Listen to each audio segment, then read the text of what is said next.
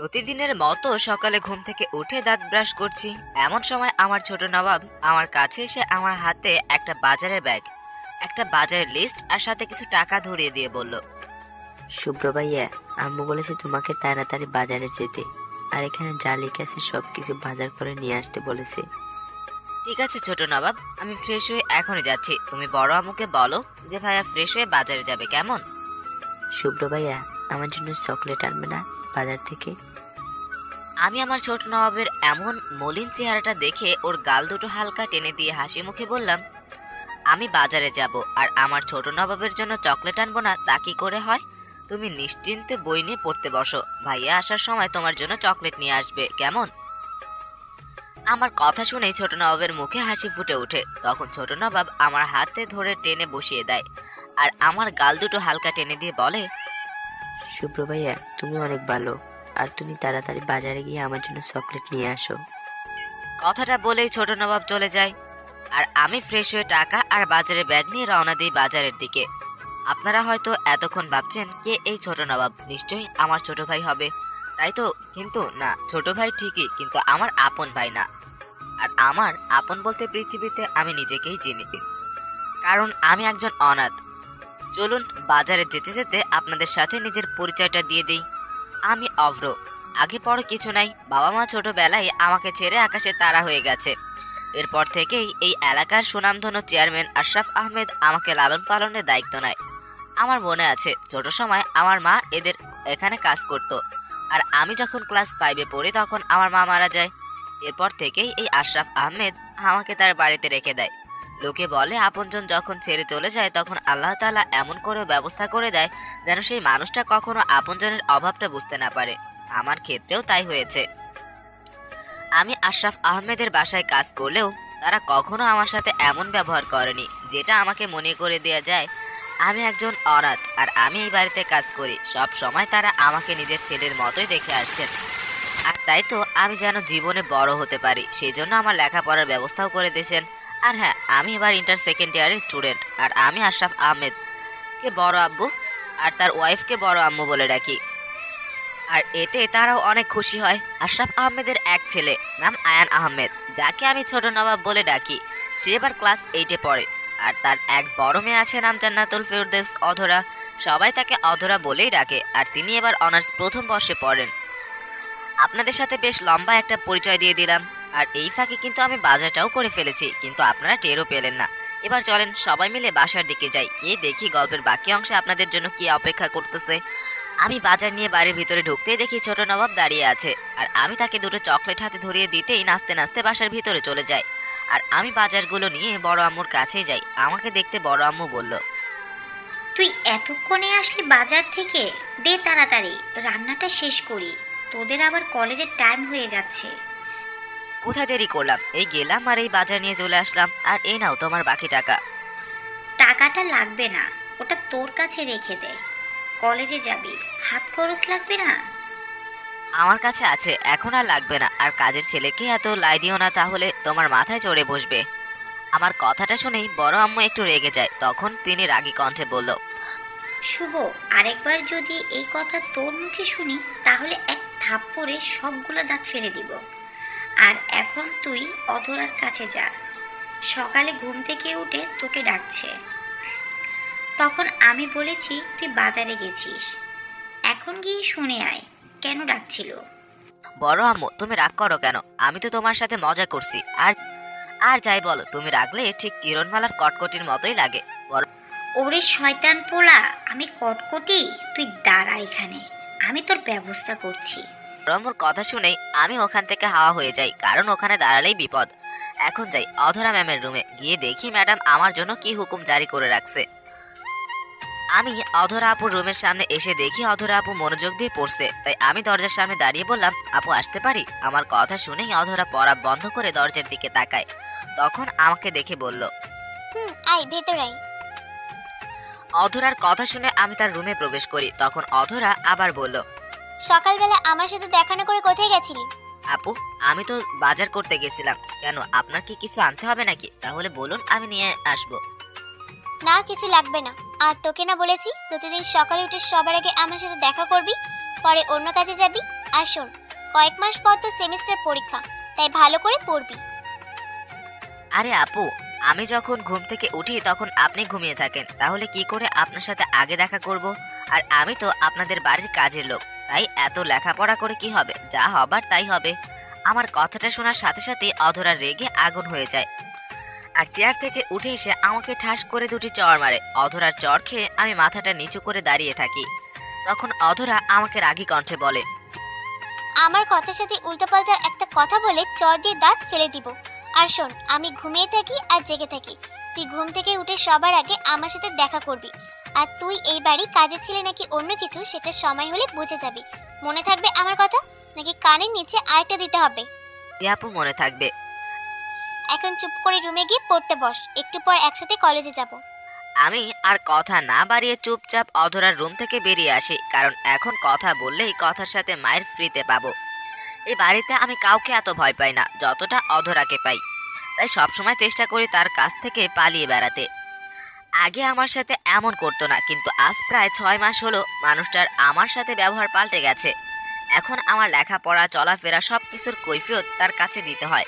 আর আমার লেখাপড়া নিয়ে অধরা যতটা চিন্তা করে, যদি নিজের লেখাপড়া নিয়ে এতটা চিন্তা করতো তাহলে পরীক্ষায় একসাথে 2টা গোল্ডেন A+ পাইতো। কিন্তু কে শুনে কার কথা? আমি নাকি রেজাল্ট খারাপ করলে তার অনেক বড় লস হয়ে যাবে, তাই আমার উপর তার এই অত্যাচার। তারপর আমি রুমে এসে কিছুক্ষণ মনোযোগ দিয়ে লেখাপড়া করি। কিছুক্ষণ পরে আমার ছোট নবাব এসে বলে যায় খাবার খাওয়ার জন্য, আর তাই আমি কলেজের জন্য একেবারে রেডি হয়ে চলে যাই খাবার খেতে। তারপর আমি সবার সাথে বসে খাবার খেয়ে নিই। পরে আমি আর অধরা আপু কলেজের উদ্দেশ্যে বেরিয়ে পড়ি। আমার বাসা থেকে কলেজ বেশি দূরে না, হেঁটে গেলে 20 থেকে 25 মিনিট সময় লাগে, তাই অধরা আপুর সাথে প্রতিদিন আমাকে হেঁটেই কলেজে যেতে হয়। আর আমাকে এক প্রকার তার গার্ড বলা যায়। আমি আর অধরা আপু হেঁটে হেঁটে কলেজে যাচ্ছি, আর অধরা আপু হাজারটা কথা বলছে আর আমি শুধু শুনছি, আর মাঝে মধ্যে হ্যাঁ আর না এই 2 শব্দে তার কাছে কথার জবাব দিচ্ছি, কারণ বেশি কথা বললেই আবার গালে লাল করে দিবে। আমি আর অধরা আপুর কিছু দূর যেতেই সামনে থেকে অধরা আপুর 2 বান্ধবী আমাদের সাথে যোগ দেয়। তাদের আমি আগে থেকেই চিনি, একজন হলো শিমলা আপু আর একজন হলো অন্তরা আপু। তারা দুইজন আমাদের সাথে যোগ দেওয়ার কিছুক্ষণ পরে হঠাৎ শিমলা আপু আমাকে বলল, শুভ্র, তোমাকে একটা কথা বলি। জি আপু বলেন। শুভ্র, তুমি দিনকে দিন সুন্দর হয়ে যাচ্ছ, তোমাকে দেখতে একদম প্রিন্সের মতো লাগে। কলেজের অনেকেই তো তোমার উপর ক্রাশ খায়। শিমলাপুর কথা শুনে আমি কি উত্তর দিব ভেবে পাচ্ছি না, তাই মাথাটা নিচের দিক দিয়ে তাদের সাথে হেঁটে যাচ্ছি। তখন পাশ থেকে অন্তরা আপু বলল, একদম ঠিক বলেছিস শিমলা। শুভ্রকে দেখে মনেই হয় না অধরাদের বাড়ি কাজের ছেলে। দেখতে যেমন সুন্দর আর স্মার্ট, আর সাথে নামটাও দারুণ, শুভ্র। ওদের কথা শুনে আমার মুখ দিয়ে কোনো কথাই বের হচ্ছে না। তখন আমি অধরার দিকে তাকাতেই দেখি অধরার ফর্সা মুখটা রাগে লাল হয়ে গেছে। আর তখন অধরা আমাকে বলল, শুভ্র, তুই কলেজে চলে যা, আমি ওদের সাথে আসতেছি। অধরার কথা শুনে পাশ থেকে অন্তরা আপু বলল, কেন অধরা? শুভ একা যাবে কেন? আমাদের সাথেই যাক না, একসাথে কথা বলতে বলতে যাই। অন্তরা আপুর কথা শুনে অধরা আপুর রাগটা মনে হয় আরো একটু বেড়ে গেল। তখন অধরা বলল, শুভ্র, তোকে না বললাম চলে যেতে, তাহলে এখনো যাস না কেন? তাড়াতাড়ি যা, আমি কলেজে এসে তোর সাথে কথা বলবো। ঠিক আছে আপু, আপনারা সাবধানে আসেন, আমি গেলাম। কথাটা বলেই আমি সেখান থেকে একটু দ্রুত হেঁটে চলে আসি। আর অধরা আপু আর তার 2 বান্ধবী মিলে আস্তে আস্তে হেঁটে আসতে থাকে। তখন শিমলা আপু বলল, অধরা, তুই শুভ্রকে চলে যেতে বললি কেন? আমাদের সাথেই যেত, তাহলে শুভ্ররও ভালো লাগতো, সাথে আমাদেরও একটু ভালো লাগতো। কত কিউট একটা ছেলে, এখন একা একা হেঁটে যাবে। শিমলার কথা শুনে অধরার রাগে গা জ্বলে যাওয়ার অবস্থা। অধরার এখন ইচ্ছে করছে শিমলার গালটা চড়ে মেরে লাল করে দিতে, কিন্তু বন্ধুত্বের খাতিরে এটা করতে পারছে না। তখন অধরা বলল, শিমলা, আমার সামনে একদম ঢং করবি না, তোর ঢং দেখলে আমার গা জ্বলে যায়। শুভ্র কেন আমাদের সাথে যাবে? ও ছেলে মানুষ, তাইও একা কলেজে যাবে। আর তোদের সাথে শুভ্র কলেজে গেলে মানুষ খারাপ বলতে পারে। অধরার কথা শুনে পাশ থেকে অন্তরা বলল, তোর সাথে শুভ কলেজে গেলে যদি লোকে খারাপ না বলে, তাহলে আমাদের সাথে গেলে খারাপ বলবে কেন? নাকি তুই চাস না শুভ তোকে ছাড়া আর কারোর সাথে কথা বলুক? মানে অন্য মেয়ের সাথে কথা বললে তোর হিংসে হয়? আরে না অন্তরা, লোকেরা সবাই জানে যে শুভ্র অধরার কাজের লোক, তাই এলাকার লোকজন অধরার সাথে শুভ্রকে দেখলেও কিছু মনে করবে না, তাই না অন্তরা?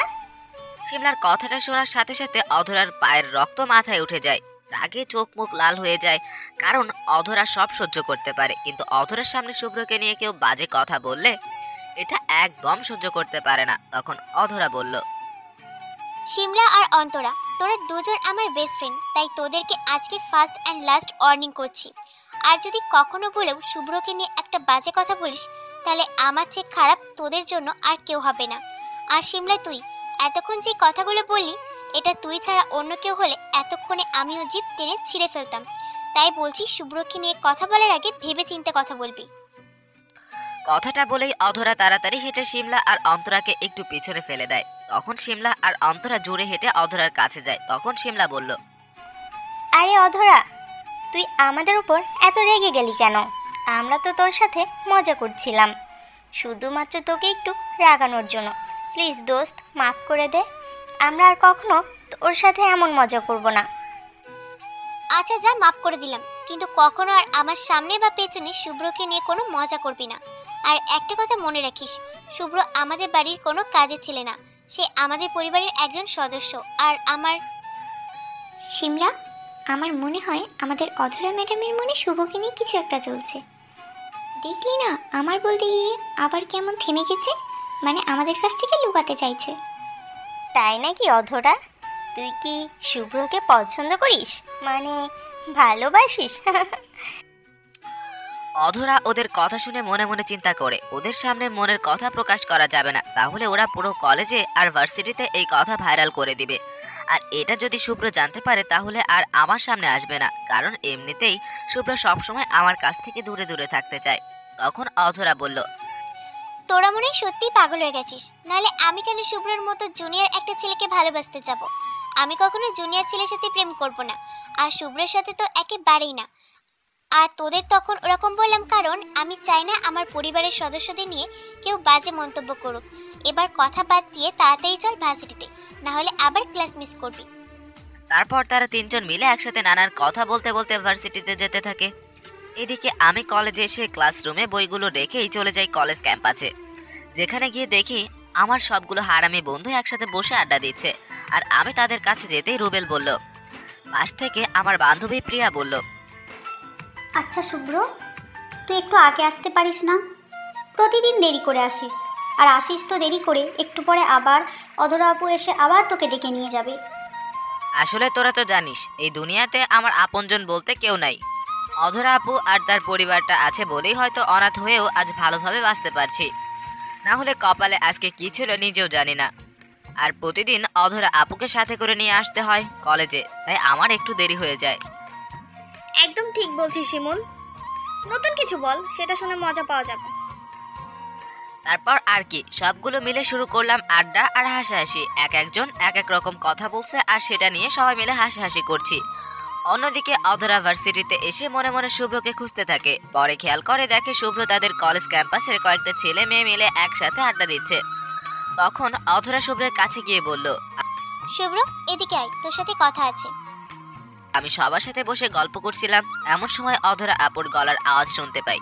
তখন পিছন থেকে দেখি আপু দাঁড়িয়ে আছে। তখন আমি অধরা আপুর কাছে গিয়ে বললাম, জি আপু বলেন, আপনার কি কিছু এনে দেওয়া লাগবে? না, তুই আমার সাথে আয়, কথা আছে তোর সাথে। জি আপু চলেন। তারপর আমি অধরা আপুর পিছে পিছে কলেজ মাঠের অন্য পাশে যাই। আর সেখানে যাওয়ার পর অধরা বলল, শুভ্র, আমার সামনে এসে দাঁড়া। আমি তার কথা শুনে যেই তার সামনে গিয়ে দাঁড়াই, আর সাথে সাথে অধরা আপু আমার বাম গালে ঠাস করে একটা চড় বসিয়ে দিল। তারপর অধরা আবার বলল, কলেজে কেন আসিস? মেয়েদের সাথে বসে আড্ডা দেওয়া আর এমন হেসে হেসে কথা বলার জন্য? ক্লাস নেই তোর? জি আপু আছে, কিন্তু এখনো ক্লাস শুরু হতে দেরি আছে। আর ওই মেয়েগুলো আমার ভালো বন্ধু, তাই তাদের সাথে বসে গল্প করি। আমি না তোকে বলেছি তোর কোনো মেয়ে বন্ধু থাকবে না, তাহলে ওদের সাথে কেন মিশতে গেলি? মনে রাখিস, আমি ছাড়া যেন কোনো মেয়ে তোর আশেপাশে না দেখি, আর যদি দেখি তাহলে তোর খবর আছে। জি আপু তাই হবে। তাহলে এখন সোজা ক্লাসে যা, গিয়ে বই নিয়ে পড়তে বস। আর একদম মেয়ে মানুষের সাথে কথা বলবি না, এমনকি কোনো মেয়ের দিকে তাকাবিও না। আর টিফিন টাইমে আমি কল দিলে সোজা ক্যান্টিনে চলে আসবি। এখন এখন ক্লাসে যা। আমি আর কিছু না বলে মাথাটা নিচের দিকে দিয়ে ক্লাসে যেতে থাকি। আর আমি এটাও জানি যতক্ষণ পর্যন্ত আমি ক্লাসে না ঢুকি অধরা ততক্ষণ আমার দিকে ঈগল পাখির মতো নজর রাখবে। তাই আমিও আর ডানে বামে না তাকে ক্লাসে চলে আসি। ক্লাসে এসে বন্ধুদের সাথে চুপটি করে বসে একটু বই নিয়ে ঘাটাঘাটি করতে থাকি।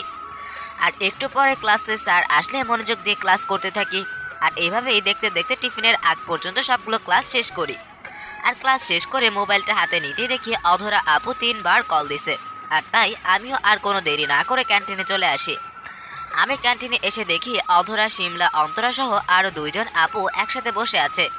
আর আমি তাদের সামনে যাওয়ার সাথে সাথে অধরা বলল, শুভ্র, তোকে 3 বার কল দিলাম, কল রিসিভ করলি না কেন? আপু, ক্লাসের মধ্যে ফোন সাইলেন্ট করে রাখি, তাই বুঝতে পারি নাই আপনি কল দিছেন।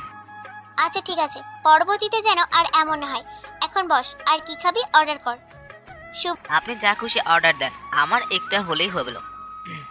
আমার কথা শুনে অধরা নিজের পছন্দ মতো কিছু খাবার অর্ডার করলো। তারপর খাবার আসলে আমি অধরার পাশে বসে চুপটি করে খাবার খেতে থাকি।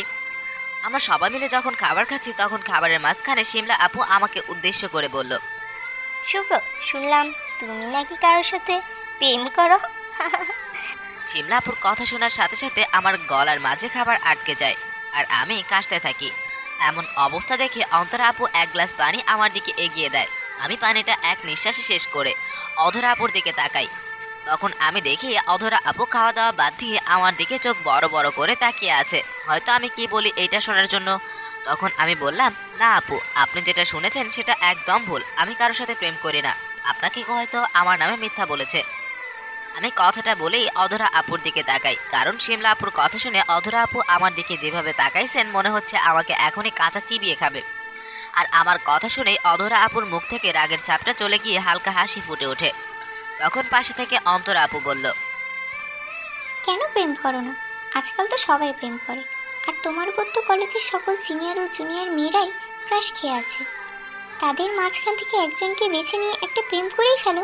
ব্রো, তোর খাওয়া শেষ হয়েছে? শেষ। তাহলে ক্লাসে যা, আর ছুটি হলে গেটের সামনে আমার জন্য অপেক্ষা করবি। আচ্ছা ঠিক আছে। কথাটা বলে যেই আমি সেখান থেকে চলে যেতে থাকি, ঠিক তখন পিছন থেকে অন্তরা আপু বলল, শুভ, তোমার ফোন নাম্বারটা দাও তো। কেন আপু, আমার ফোন নাম্বার দিয়ে কি করবেন? কেন, ফোন নাম্বার দিতে কি কোনো প্রবলেম আছে নাকি? আর যদি কেউ তোমাকে না করে থাকে তাহলে দেওয়া লাগবে না। না না, সমস্যা নাই। 019 এটা আমার ফোন নাম্বার দিয়ে আমি সেখান থেকে তাড়াতাড়ি চলে আসি। কারণ আমি যখন অন্তরা আপুকে আমার মোবাইল নাম্বার দেই তখন অধরা আপু বারবার আমাকে চোখের ইশারায় মানা করছিল। আর এটা জানি এর জন্য আমার কপালে কষ্ট আছে, কিন্তু আমার তো কিছু করার ছিল না। তারপর সেখান থেকে আমি সোজা ক্লাসে চলে আসি। ক্লাসে এসে বন্ধুদের সাথে গল্প করে আর এক এক করে বাকি ক্লাসগুলো শেষ করি। তারপর কলেজ ছুটি হলো। আমি কলেজ গেটের সামনে এসে অধরা আপুর জন্য অপেক্ষা করতে থাকি। একটু পর দেখি অধরা আপু খুব দ্রুত পায়ে হেঁটে আসতেছে আর আমার কাছে এসে বলল, তাড়াতাড়ি একটা রিক্সা ডাক। আজকে কি রিক্সা করে বাসায় যাবেন? কুত্তা, বেশি কথা না বলে তোকে যা করতে বলেছি সেটা কর। অধরা আপুর এমন রাগ দেখে আমি আর ভয়ে ওনাকে কিছু জিজ্ঞাসা করিনি। তখন তাড়াতাড়ি করে একটা রিক্সা ডেকে এনে আমি বললাম, এই যে আপু, রিক্সা এসে গেছে, আপনি এখন যান। অধরা আপু রিক্সায় উঠে বসলে আমি সেখান থেকে হেঁটে চলে যেতে থাকি। তখন অধরা বলল, এই তুই কোথায় যাস? আপু, আপনি রিক্সা নিয়ে চলে যান, আমি হেঁটে চলে আসব। তোর হেঁটে যাওয়া লাগবে না, রিক্সায় ওঠ, একসাথে যাব। না আপু, আপনি রিক্সা একাই যান, আমি হেঁটে চলে যেতে পারবো। কথাটা বলেই আমি যে সামনের দিকে হাঁটা ধরলাম ঠিক তখন কে যেন পিছন থেকে আমার শার্টের কলার ধরে টেনে নিয়ে যাচ্ছে। তখন আমি পিছনে তাকিয়ে দেখি অধরা আপু আমার কলার ধরে টেনে নিয়ে রিক্সায় বসিয়ে দেয় আর সেও আমার পাশে বসে পড়ে। রিক্সার মাঝে অধরা আপু আমার সাথে কোনো কথাই বলেনি, তবে এটা বেশ বুঝতে পারছে আমার সেই পরিমাণ রেগে আছে। কারণ রিক্সায় বসে কিছুক্ষণ পর পর জোরে জোরে নিঃশ্বাস ফেলছিল আর বিড়বিড় করে কি যেন বলছিল। রিক্সা আমাদের বাসার সামনে আসতেই অধরা আপু আমার হাতে একটা 100 টাকার নোট দিয়ে বলল, রিক্সা ভাড়াটা দিয়ে সোজা আমার রুমে আয়, একটু দরকার আছে।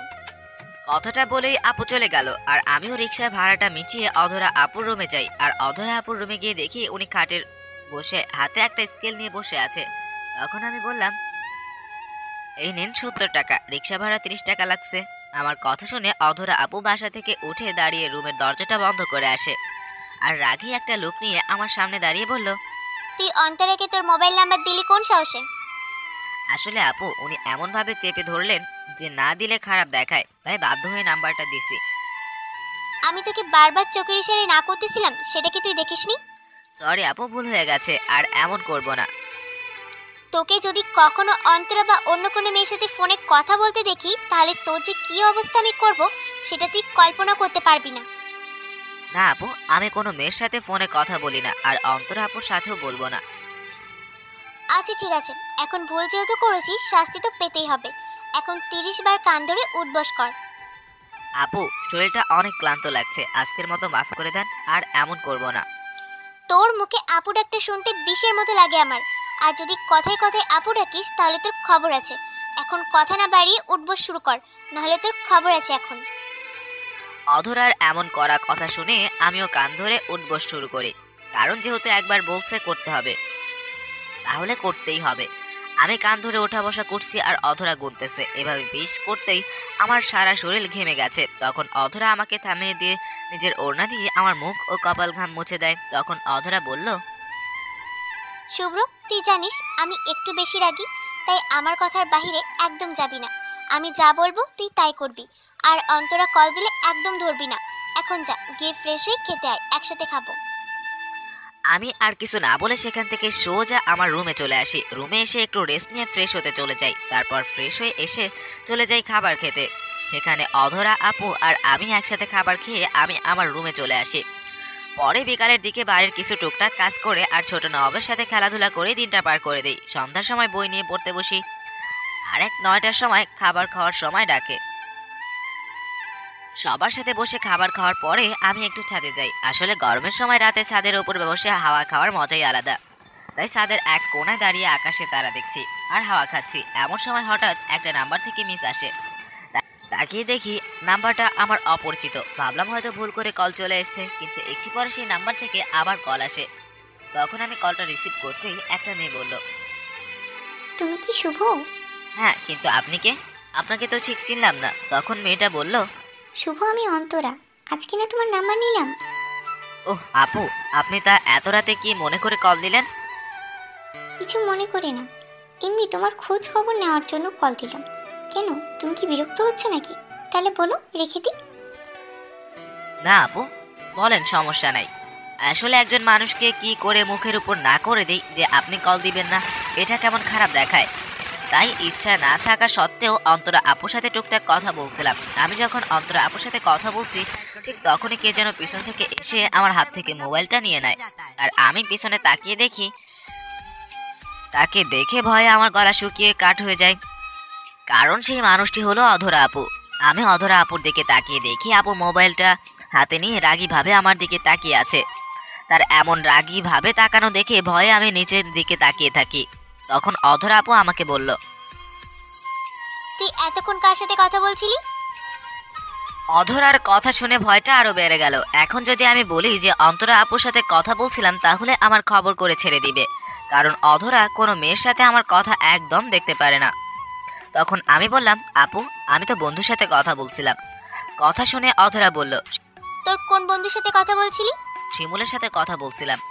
তবে আমার কথাটা শুনে মনে হয় অধরা বিশ্বাস করতে পারছে না। তখন অধরা আমার ফোনে কি যেন চেক করতে লাগলো। তারপর কিছু সময় আমার মোবাইল ঘাটাঘাটি করে আমাকে বলল, এটা তো শিমুলের নাম্বার না, কারণ আমি তো তোর সব বন্ধুর নাম্বার জানি। আর এটা দেখে মনে হয় নতুন নাম্বার। সত্যি করে বল শুভ্র, তুই কোনো মেয়ের সাথে কথা বলছিলি? অধরা আপুর এমন রাগ দেখে আমার অবস্থা খারাপ হয়ে গেছে। এখন যদি সত্যিটা আপুকে বলে দিই তাহলে আমাকে শেষ করে দিবে। তখন আমি বললাম, না আপু, বিশ্বাস করো, আমি কোনো মেয়ের সাথে কথা বলি নাই। এটা শিমুলের নতুন নাম্বার, তাই আপনি চিনতে পারছেন না। বিশ্বাস না হলে আপনি কালকে কলেজে গিয়ে শিমুলকে জিজ্ঞাসা করে দেখবেন। আমার কথা শুনে অধরা আপু কিছুক্ষণ কি জেনে ভাবলো। তারপর আমার হাতে মোবাইলটা দিয়ে বলল, ঠিক আছে, তুই এখন রুমে যা, কালকে আবার কলেজ আছে। অধরার কথা শুনে আমি আর কিছু না বলে মোবাইলটা নিয়ে ছাদ থেকে জলদি নিচে নেমে আসি।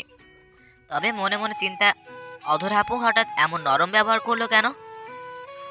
তার মনে মনে কি চলছে ঠিক বুঝতে পারছি না। তবে তার হাত থেকে নিজেকে বাঁচানোর জন্য সাথে সাথে শিমুলকে কল দিয়ে বলি, যদি অধরা আপু তাকে কল দেয় সে যেন বলে আমি ওর সাথে কথা বলছিলাম, আর ওই নাম্বার ওরই ছিল। তারপর সেখান থেকে নিজের রুমে এসে আরো কিছুক্ষণ লেখা পড়ে ঘুমিয়ে পড়ি। তবে মনে মনে শুধু একটাই ভয় কাজ করছিল, অধরা আপু যেন সত্যিটা জানতে না পারে। পরের দিন সকালে ঘুম থেকে উঠে প্রথমে অধরা আপুর সাথে দেখা করি, কারণ সে বলছে ঘুম থেকে উঠে সবার আগে যেন তার সাথেই দেখা করি। তারপর বাসার কিছু প্রয়োজনীয় টুকটাক কাজ করি। কাজ শেষ করে সবাই মিলে একসাথে নাস্তা করি। নাস্তা শেষ হলে আমি আর অধরা আপু কলেজে যাওয়ার জন্য বেরিয়ে পড়ি। তবে আজ কলেজে যাওয়ার সময় অধরা আপু আমার সাথে তেমন কোনো কথা বলছে না। যখনই তার মুখের দিকে তাকাই তখনই মনে হয় অধরা মনে মনে কিছু একটা ভাবছে। আর আমিও ভয়ে তাকে কিছু জিজ্ঞাসা করিনি, কারণ কখন আবার রেগে যায় কে জানে। আজ আমি আর অধরা আপু দুজনেই কলেজে আসি। রাস্তায় আপুর বান্ধবীদের সাথে দেখা হয়নি, আর আমিও মনে মনে এই দোয়াটাই করছিলাম যে তাদের সাথে দেখা না হয়, কারণ বলা তো যায় না, যদি দেখা হলে সত্যিটা বেরিয়ে আসে। তারপর আমি আর অধরা আপু কলেজে আসলে অধরা বলল, শুভ্র, সোজা ক্লাসে যাবি, বাইরে এসে যেন কোনো মেয়ের সাথে আড্ডা দিতে না দেখি। আচ্ছা ঠিক আছে, আর প্রয়োজন পড়লে কল দিয়েন। কথাটা বলেই আমি সোজা আমার ক্লাসে চলে যাই। অন্যদিকে অধরা আপুও তার ক্লাসে চলে যায়। আমি ক্লাসে গিয়ে দেখি আমার সব বন্ধুরা মিলে একসাথে ক্লাসে গল্প করছে। তখন আমিও তাদের সাথে গল্পে যোগ দিই। তখনই আমাকে দেখেই শিমুল বলল, শুভ্র, যদি কাল রাতে কল না দিতি তাহলে আজকে ধরা খেয়ে যেতি। কেন? অধরা আপু কি তোর কাছে কল দিছিল? তোর সাথে কথা বলার পর একটু পরেই আপু আমাকে কল দিয়ে জিজ্ঞাসা করছে, তুই কি আমার সাথে কথা বলছিলি নাকি? তখন আমি বলছি, হ্যাঁ, শুভ্র আমার সাথেই কথা বলছিল। সুন্দর করে বলছিস তো, নাকি আপু আবার বুঝে যাবে? আরে বেটা, অধর আপু জীবনও বুঝতে পারবে না যে আমি তাকে মিথ্যা বলছি। আর তুই তো জানিস আমি মিথ্যায় নোবেল পাইছি। না বুঝতে পারলেই ভালো, যদি বুঝে যায় তাহলে আমার সাথে তোরও বিপদ আছে, মনে রাখিস। তারপর আমরা ক্লাসের মাঝে বসে সবাই মিলে গল্প করতে থাকি বিভিন্ন বিষয় নিয়ে। আর একটু পরে ক্লাসে স্যার আসলে আমরা ক্লাসে মনোযোগ দেই। অন্যদিকে অধরা রাতে শুভ্র কার সাথে কথা বলছে এটা জানার জন্য অস্থির হয়ে আছে, কারণ অধরার কেন জানি বিশ্বাস হচ্ছে না শুভ্র তার বন্ধু শিমুলের সাথে কথা বলছে।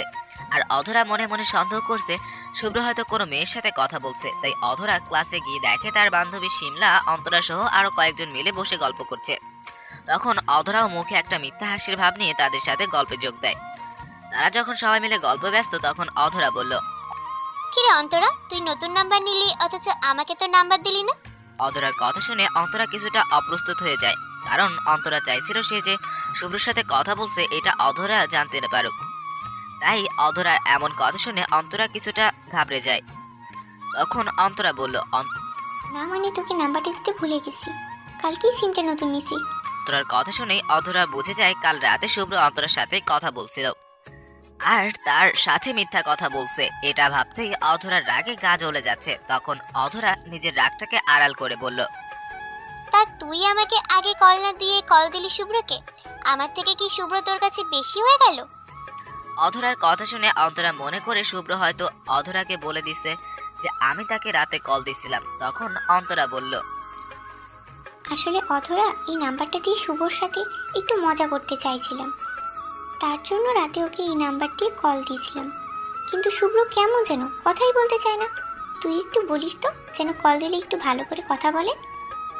অন্তরার কথা শুনে পাশ থেকে শিমলা বলল, অধরা, আমাদের অন্তরা মনে হয় তোদের শুভ্র প্রেমে পড়ে গেছে, তাই না অন্তরা? যদি প্রেমে পড়িস তাহলে অধরাকে বল, তোকে ম্যানেজ করে দিবে। আর তুই না করলে আমাকে দিয়ে দে, আমি একটা চান্স নিয়ে দেখি। শুভ্রকে দেখলেই মনের ভিতর কেমন প্রেম প্রেম জাগে। তার কথাটা শুনেই অন্তরা কিছুটা লজ্জা পায়, কারণ অন্তরা মনে মনে শুভ্রকে পছন্দ করে, বলতে পারেন ভালোবাসে, কিন্তু এখনো শুভ্রের সামনে প্রকাশ করেনি। অধরা ভয়। তখন অন্তরা বলল, ধর, আমি কেন শুভর প্রেমে পড়তে যাব? এমনি ওকে একটু কল দিয়েছিলাম কথা বলার জন্য, আর শুভকে তো অনেকেই পছন্দ করে, তাহলে আমি করলে দোষ কোথায়? শুভর সাথে কথা বলতে ভালো লাগে, তাই একটু কল দিয়েছিলাম। অন্তরার কথাটা শুনে অধরা রেগে আগুন হয়ে যায়, কারণ অধরা কখনো চায় না শুভ্রের সাথে কোনো মেয়ে যোগাযোগ করুক, কারণ অধরা নিজেই শুভ্রকে অনেক ভালোবাসে। আর অধরা শুভ্রকে এতটাই ভালোবাসে যে কোনো মেয়ে শুভ্রর দিকে তাকালে তার চোখ তুলে ফেলতে ইচ্ছে করে। অধরার এখন ইচ্ছে করছে অন্তরা যেই মুখ দিয়ে শুভ্রের কথা বলতে চাইছে সেই মুখটি ভেঙে দিতে। তখন অধরা বলল, এই, তোদের লজ্জা করে না ছোট ভাইদের নিয়ে এমন কথা বলতে? শুভ্র তোদের জুনিয়র, সেই হিসাবে শুভ্র তোদের ছোট ভাই হয়। এইসব পছন্দ অপছন্দ আর প্রেম ভালোবাসা মাথা থেকে সরা। আর যদি প্রেম করতে হয় তাহলে বড়দের সাথে কর। আর অন্তরা তুই শুভ্রকে কল দিয়ে একদম বিরক্ত করবি না, কারণ সামনে ওর পরীক্ষা। কথাটা বলেই অধরা ক্লাস থেকে বেরিয়ে যায় আর মনে মনে শুভ্রকে খুঁজতে থাকে। অধরা শুভ্রের উপর এতটাই রেগে আছে যে ওকে আজ কি করবে সেটা নিজেও জানে না। এইদিকে আমি একটা ক্লাস শেষ করে আমাদের কলেজ ক্যাম্পাসের এক কোনায় দাঁড়িয়ে বন্ধুদের সাথে গল্প করছিলাম। গল্প করার মাঝেই হঠাৎ কোথা থেকে যেন অধরা আপু এসেই আমার বন্ধু শিমুলকে ঠাস করে 2টা চড় মারে। আর অধরা আপুর এমন চড় খেয়ে শিমুল বোকার মতো গালে হাত দিয়ে দাঁড়িয়ে থাকে। তখন অধরা বলল, তোদের সাহস হলো কি করে আমাকে মিথ্যা বলার? এরপর যদি আমার সাথে মিথ্যা বলিস তাহলে খবর আছে বলে দিলাম। অধরা আপুর কথা শুনেই আমার গলার পানি শুকিয়ে গেছে, কারণ আমি বুঝে গেছি অধরা আপু সত্যিটা জেনে গেছে।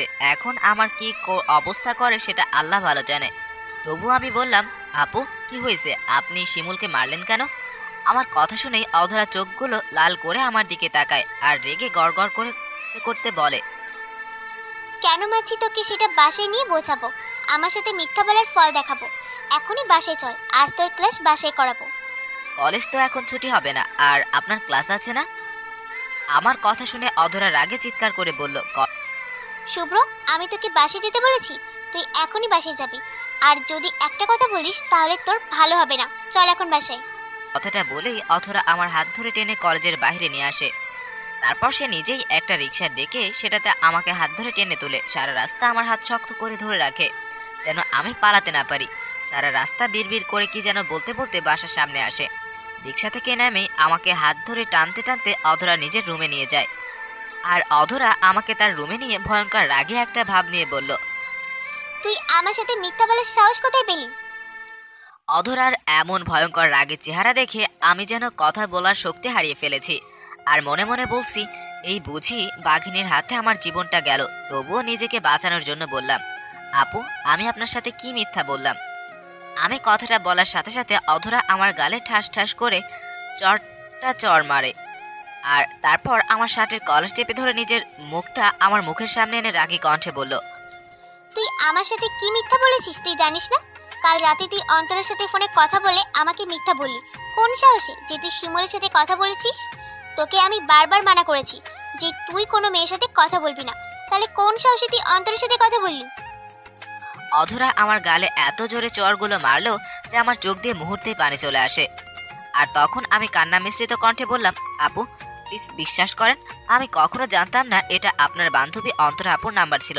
যদি জানতাম তাহলে কখনোই আমি আপনার কথা অমান্য করে অন্তরা আপুর সাথে ফোনে কথা বলতাম না। তাহলে তুই পরে কথা বললি কেন আর আমার সাথে মিথ্যা বললি কেন? তুই জানিস না আমি মিথ্যা বলা পছন্দ করি না। আমি যখন কল রিসিভ করার পর বুঝতে পারি এটা অন্তরা আপুর নাম্বার, তখন বাধ্য হয়ে কথা বলছিলাম, কারণ তখন যদি ওনার মুখের উপর কলটা কেটে দিতাম তাহলে উনি কষ্ট পেতেন। তাই এক প্রকার বাধ্য হয়েই কথা বলছিলাম। আর আমি জানি আপনি আমার কোনো মেয়ে মানুষের সাথে কথা বলা পছন্দ করেন না, তাই সেই ভয়ে আপনার সাথে মিথ্যা বলেছিলাম। দয়া করে আমাকে মাফ করে দেন, আমি কখনো আর কোনো মেয়ের সাথে কথা বলবো না। নিচের দিকে তাকিয়ে কথাটা বললাম। আমার কথা শুনে অধরা আমার শার্টের কলারটা ছেড়ে দেয়। আর তখন অধরা আমাকে বলল, শুভ্র, আমি সবার কাছ থেকে সব কথা শুনতে পারি, কিন্তু তোর কাছ থেকে মিথ্যা কথাটা একদম শুনতে পারি না। সেটা তুই কেন বুঝিস না? তুই কোনো মেয়ের সাথে কথা বলে আমি সহ্য করতে পারি না, সেটা কেন বুঝিস না? তুই যদি কোনো মেয়ের দিকে তাকাস তাহলে আমার মাথা ঠিক থাকে না, এটা কেন বুঝিস না? তাই তোকে আবারও বলছি, কখনো এমন কোনো কাজ করবি না যেটার জন্য আমি আমার রাগটা কন্ট্রোল করতে না পারি। আমার সব বান্ধবীকে সবসময় নিজের বোনের মতো দেখবি, অন্য কিছু যাতে তোর মাথায় না আসে। যদি কোনোদিন আমি ভুল করেও শুনি তুই কোনো মেয়ের সাথে অন্য কোনো সম্পর্কে জড়াস, তাহলে তোকে আমি নিজের হাতে খুন করব, সেটা তুই মাথায় রাখিস। ঠিক আছে আপু, এমন কিছু কোনোদিন আপনি শুনবেন না। আর অন্তরা আপুকে তো নিজের বোনের নজরে দেখি, যেমনটা আপনাকে দেখি নিজের বোনের নজরে। কথাটা বলে মনে হয় আমি কোনো বড় ধরনের ভুল করে ফেলেছি, কারণ কথাটা বলার সাথে সাথে অধরা হাত দিয়ে আমার মুখ টিপে ধরে আর নিজের মুখটা আমার মুখের সামনে এনে গম্ভীর কণ্ঠে বলল, আমি তো নিজের বোন মানে? আমি কি তোর মায়ের পেটের বোন নাকি যে তুই আমাকে নিজের বোন মনে করিস? এইসব আবাল মার্কা কথা যদি আরেকবার আমার সামনে বলিস তাহলে মেরে তোর মুখ ভেঙে দিব, কুত্তা কোথাকার। আজ থেকে পৃথিবীর সব মেয়ে তোর নিজের মায়ের পেটে বোন, শুধু আমি ছাড়া। সবাইকে আপু বলে ডাকবি, কিন্তু আমাকে আপু বলবি না, বুঝলি? অধরার কথা শুনে আমি মুহূর্তেই বোকা বনে যাই। এই মেয়ে বলে কি পৃথিবীর সবাই নাকি আমার মায়ের পেটের বোন, শুধু উনি ছাড়া। সবাইকে আপু ডাকলেও তাকে নাকি আপু ডাকে যাবে না। তাহলে তাকে কি বলে ডাকবো? তখন আমি বললাম, আপনাকে তো ছোটবেলা থেকেই আপু বলে ডাকে আসছি, তাহলে এখন আপু ডাকবো না কেন? আর আপনাকে যদি আপু বলে না ডাকি তাহলে কি বলে ডাকবো? তার চোখের দিকে তাকিয়ে নরম সুরে বললাম। আমার কথা শুনে অধরা মনে মনে বলল, তুই আমাকে বউ বলে ডাকবি? জান, কলিজা, আরো কত নাম আছে, সেগুলো বলে আদর করে ডাকতে পারিস। কুত্তাটা ইচ্ছে করে গলা টিপে মেরে ফেলি। ওরে যত এত ভালোবাসি, সবসময় চোখে চোখে রাখি, সেটা বুঝে না। সামনে আসলে শুধু আপু আপু করে হারামি কোথাকার। অধরা আপুর এমন চুপ করে থাকা দেখে আমি বললাম, আপু কি হলো বলেন? আমার কথা শুনে মনে হয় অধরা ভাবনার জগৎ থেকে বাস্তবে ফিরে আসে। তখন অধরা বলল, এখন থেকে কথায় কথায় আমাকে আপু বলে ডাকবি না, দরকার পড়লে নাম ধরে ডাকবি, না হয় অন্য কিছু বলে ডাকবি। আপু বলে ডাকলে তোর ভালো হবে না বলে দিলাম। যা এখন রুমে গিয়ে রেস্ট কর, আর আমি ডাকলেই আমার রুমে আসবি। অধরার কথা শুনে আমি তার রুম থেকে বেরিয়ে আসি আর মনে মনে বলতে থাকি, এই মেয়ে নিশ্চিত পাগল হয়ে গেছে, না হলে আমাকে কেন বলল যে তার নাম ধরে ডাকতে? এটা কি কখনো সম্ভব নাকি? আমি জীবনেও পারবো না তার নাম ধরে ডাকতে। এতে যা হবার হবে। আমি যখন এসব চিন্তা করে আমার রুমের দিকে যাচ্ছি, ঠিক তখনই অধরার আম্মু, যাকে আমি বড় আম্মু বলে ডাকি, তিনি বললেন, কিরে শুভ্র, তোরা এত তাড়াতাড়ি বাসায় চলে আসলি যে? বড় আম্মুর কথা শুনে আমি চিন্তায় পড়ে যাই, কি বলবো ভেবে পাচ্ছি না। তখন আমি বললাম, বড় আম্মু, আজকে নাকি কলেজে কোনো ক্লাস হবে না, কলেজ কিসের একটা মিটিং আছে, তাই কলেজ ছুটি দিয়ে দিয়েছে। মিথ্যা বললাম যাতে কিছু বুঝতে না পারে। তখন হঠাৎ করেই বড় আমার গালে হাত দিয়ে বলল, শুভ্র, তোর গালে এই দাগ কিসে? দেখে মনে হয় কেউ তোকে চর দিছে তোর দুই গালে, আর তার হাতের ছাপ তোর এখনো গালে রয়ে গেছে। সত্যি করে বল, কার এত বড় সাহস যে তোর গালে এমন ভাবে থাপড় দিছে? আসলে আমি তাদের নিজের ছেলে না হতে পারি, কিন্তু আজ পর্যন্ত তারা আমার গায়ে কখনো হাত তোলেনি, তাই আমার গালে এমন চরের দাগ দেখে বড় আম্মু রেগে যায়। এখন যদি আমি বলি যে অধরা আপু আমাকে এমন ভাবে চর দিছে, তাহলে বড় আম্মু গিয়ে অধরাকে বকা দিবে, আর কখনোই চায় না আমার জন্য অধরা বকা খাক। তখনই আমি বললাম, আসলে বড় আম্মু, তুমি যেমন ভাবছো ঠিক তেমন না। সকাল থেকে আমার অ্যালার্জির সমস্যা হচ্ছে, মুখটা কেমন জানি চুলকাইতেছে, তাই হয়তো মুখে চুলকানির কারণে দাগ পড়ে গেছে, না হলে আমাকে আবার কে মারবে? কিন্তু দেখে তো মনে হয় না এটা অ্যালার্জির দাগ, মনে হচ্ছে কেউ তোকে মারছে। সত্যি করে বল আমাকে, কে মারছে তোকে?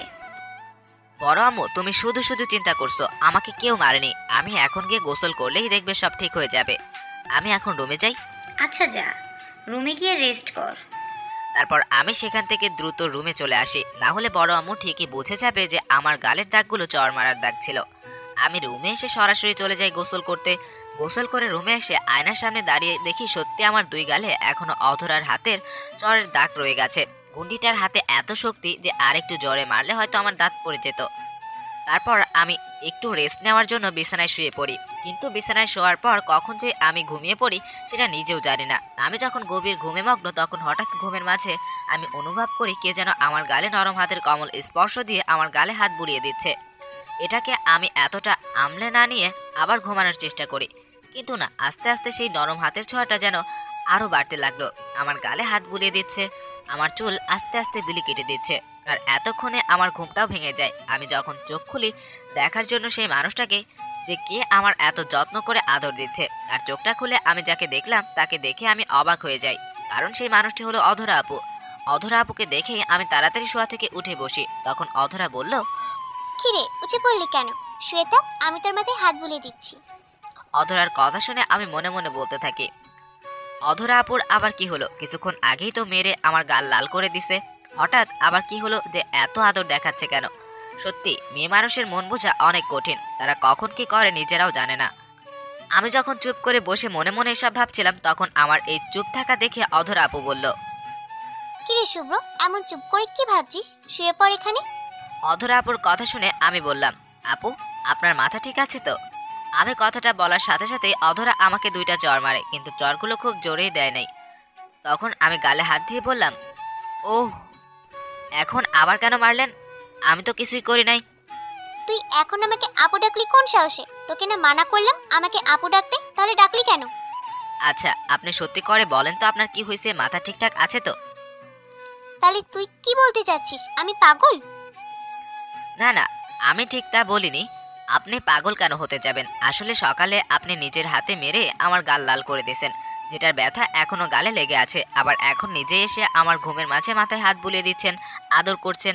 আর সব থেকে বড় কথা, আপনি আমার থেকে গুণে গুণে 2 বছরে বড়। তাহলে আমি কি করে আপনাকে নাম ধরে ডাকি সেটা আপনি নিজেই বলেন। তাই জন্য বললাম আপনার মাথা ঠিক আছে কিনা। অধরা চোখের দিকে তাকিয়ে কথাগুলো বললাম।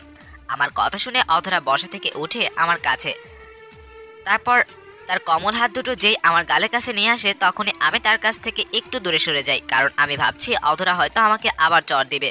তাই আমি একটু দূরে সরে যাই যাতে চড় দিতে না পারে, কারণ সকালের চড় খেয়ে আমার চাপার দাঁত নড়ে গেছে। আমি যখন অধরার কাছ থেকে দূরে সরে যাই তখন অধরা আমার দিকে চোখ লাল করে তাকায় আর আমাকে ওর কাছে আসতে বলে, কিন্তু আমি ভয়ে তার কাছে না যাওয়াতে অধরা নিচে আবার আমার কাছে। অধরা আমার কাছে এসে ওর হাতগুলো দিয়ে খুব আলতো ভাবে আমার 2টা গালে হাত রাখে আর আমার চোখের দিকে তাকিয়ে অধরা বলল, শুভ্র, সকালের চড়গুলো খুব জোরে লেগেছে তাই না রে? আরে না, ওটা তেমন কোনো বিষয় না। আর আমি অন্যায় করলে আপনি আমার শাসন করবেন, এটাই তো স্বাভাবিক। এটা নিয়ে আপনি মন খারাপ করবেন না। হেসে বললাম, যদিও সকালের চড়গুলো খুব জোরে লাগছে, কিন্তু অধরাকে এটা বলে কষ্ট দিতে চাই না। আমি জানি তুই আমার সাথে মিথ্যা বলছিস। সকালের চড়গুলো তোর খুব লেগেছে, কারণ তোর গালে এখনো আমার হাতের ছাপ রয়ে গেছে। আসলে কি করব বল, আমার রাগ উঠলে আমি কিছুতেই তা কন্ট্রোল করতে পারি না। মাথা ঠিক থাকে না, কি থেকে কি করে বসি নিজেও জানি না। তাই রাগের মাথায় তোর সাথে অমন করেছি। তবু তুই আম্মুর কাছে আমার নামে কিছু বলিসনি। আমি যে তোকে মেরেছি এটা আম্মুর কাছে বললি না কেন? অধরার কথা শুনে আমি অবাক হয়ে যাই, কারণ বড় আম্মু যখন আমাকে চরের কথা জিজ্ঞেস করে তখন তো অধরা সেখানে ছিল না। তাহলে সে কি করে জানলো আমি বড় আম্মুর কাছে মিথ্যা বলছি? এটা মাথায় আসছে না। তখন আমি বললাম, কিন্তু আপনি কি করে জানলেন আমি বড় আম্মুর কাছে মিথ্যা বলছি? এত অবাক হওয়ার কিছু নাই। তুই যখন আম্মুর কাছে এসে বলছিলি তখন তোর ছোট নবাব পাশেই ছিল, সে এসে আমাকে সব বলেছে। এখন বল আম্মুর কাছে মিথ্যা বললি কেন? ও, তাহলে ছোট নবাব আপনাকে সব বলেছে? আসলে আমি অন্যায় করেছি, তার শাস্তি স্বরূপ আপনি আমাকে শাসন করেছেন। আর আমি এটা কখনোই চাই না আমার জন্য আপনি বকা খান বা কোনো প্রকার কষ্ট পান। তাই বড় আম্মুর কাছে মিথ্যা বললাম, না হলে বড় আম্মু হয়তো আপনাকে বকা দিত। তাই ইচ্ছে করেই বড় আম্মুর সাথে মিথ্যা কথা বলি। আমি কথাগুলো বলে অধরার চোখের দিকে তাকিয়ে দেখি অধরার চোখে পানি টলমল করছে, মনে হয় একটু পরেই বেরিয়ে আসবে। তখন অধরা আমাকে খুব মায়া জড়ানো কণ্ঠে বলল, শুভ্র, তুই এত ভালো কেন রে? কোথায় আমি ভালো? আমার চাইতে আপনি ভালো। এবার গালটা ছাড়েন, ব্যথা লাগছে। তোর গালে কি বেশি ব্যথা করছে? আরে না, একটু পরে ঠিক হয়ে যাবে। আমি যেহেতু তোকে মেরে এমন অবস্থা করেছি, তাহলে আমি এখন সব ব্যথা ঠিক করে দিব। অধরার কথা শুনে অবাক হয়ে যাই। মেয়ে বলে সে নাকি ব্যথা ঠিক করে দিবে? পড়াশোনা তো এখনো বাকি, তাহলে ব্যথা ঠিক করার ডাক্তার কবে হলো সেটাই ভাবছি। তখন আমি বললাম, কি বলেন আপনি? ব্যথা ঠিক করবেন কিভাবে? এটা তেমন কোনো বিষয় না, এমনিই ঠিক হয়ে যাবে, আপনাকে কিছু করতে হবে না। আমার কথা শুনে অধরা বলল, আমি কিভাবে ব্যথা ঠিক করি সেটা চিন্তা তোকে এত করতে হবে না। এখন তুই বেশি কথা না বলে চোখ বন্ধ কর। এইটা আবার কেমন কথা? ব্যথা কমার চিকিৎসা করতে কি চোখ বন্ধ করতে হয় নাকি? এমন চিকিৎসা আমার লাগবে না। আপনি আপনার রুমে যান, আমার ব্যথা এমনিতেই কমে যাবে। আমার কথা শুনে অধরা আমার গালটা হালকা করে চেপে ধরে রাগী কণ্ঠে বলল, ওই হারামি, বেশি কথা বলিস কেন? তোকে চোখ বন্ধ করতে বলছি, তুই চোখ বন্ধ করবি, না হলে সকালের মতো দিব আরো কয়েকটা। এই না না, আর দেন না, তাহলে চাপার দাঁত একটাও থাকবে না। এই যে আমি চোখ বন্ধ করলাম।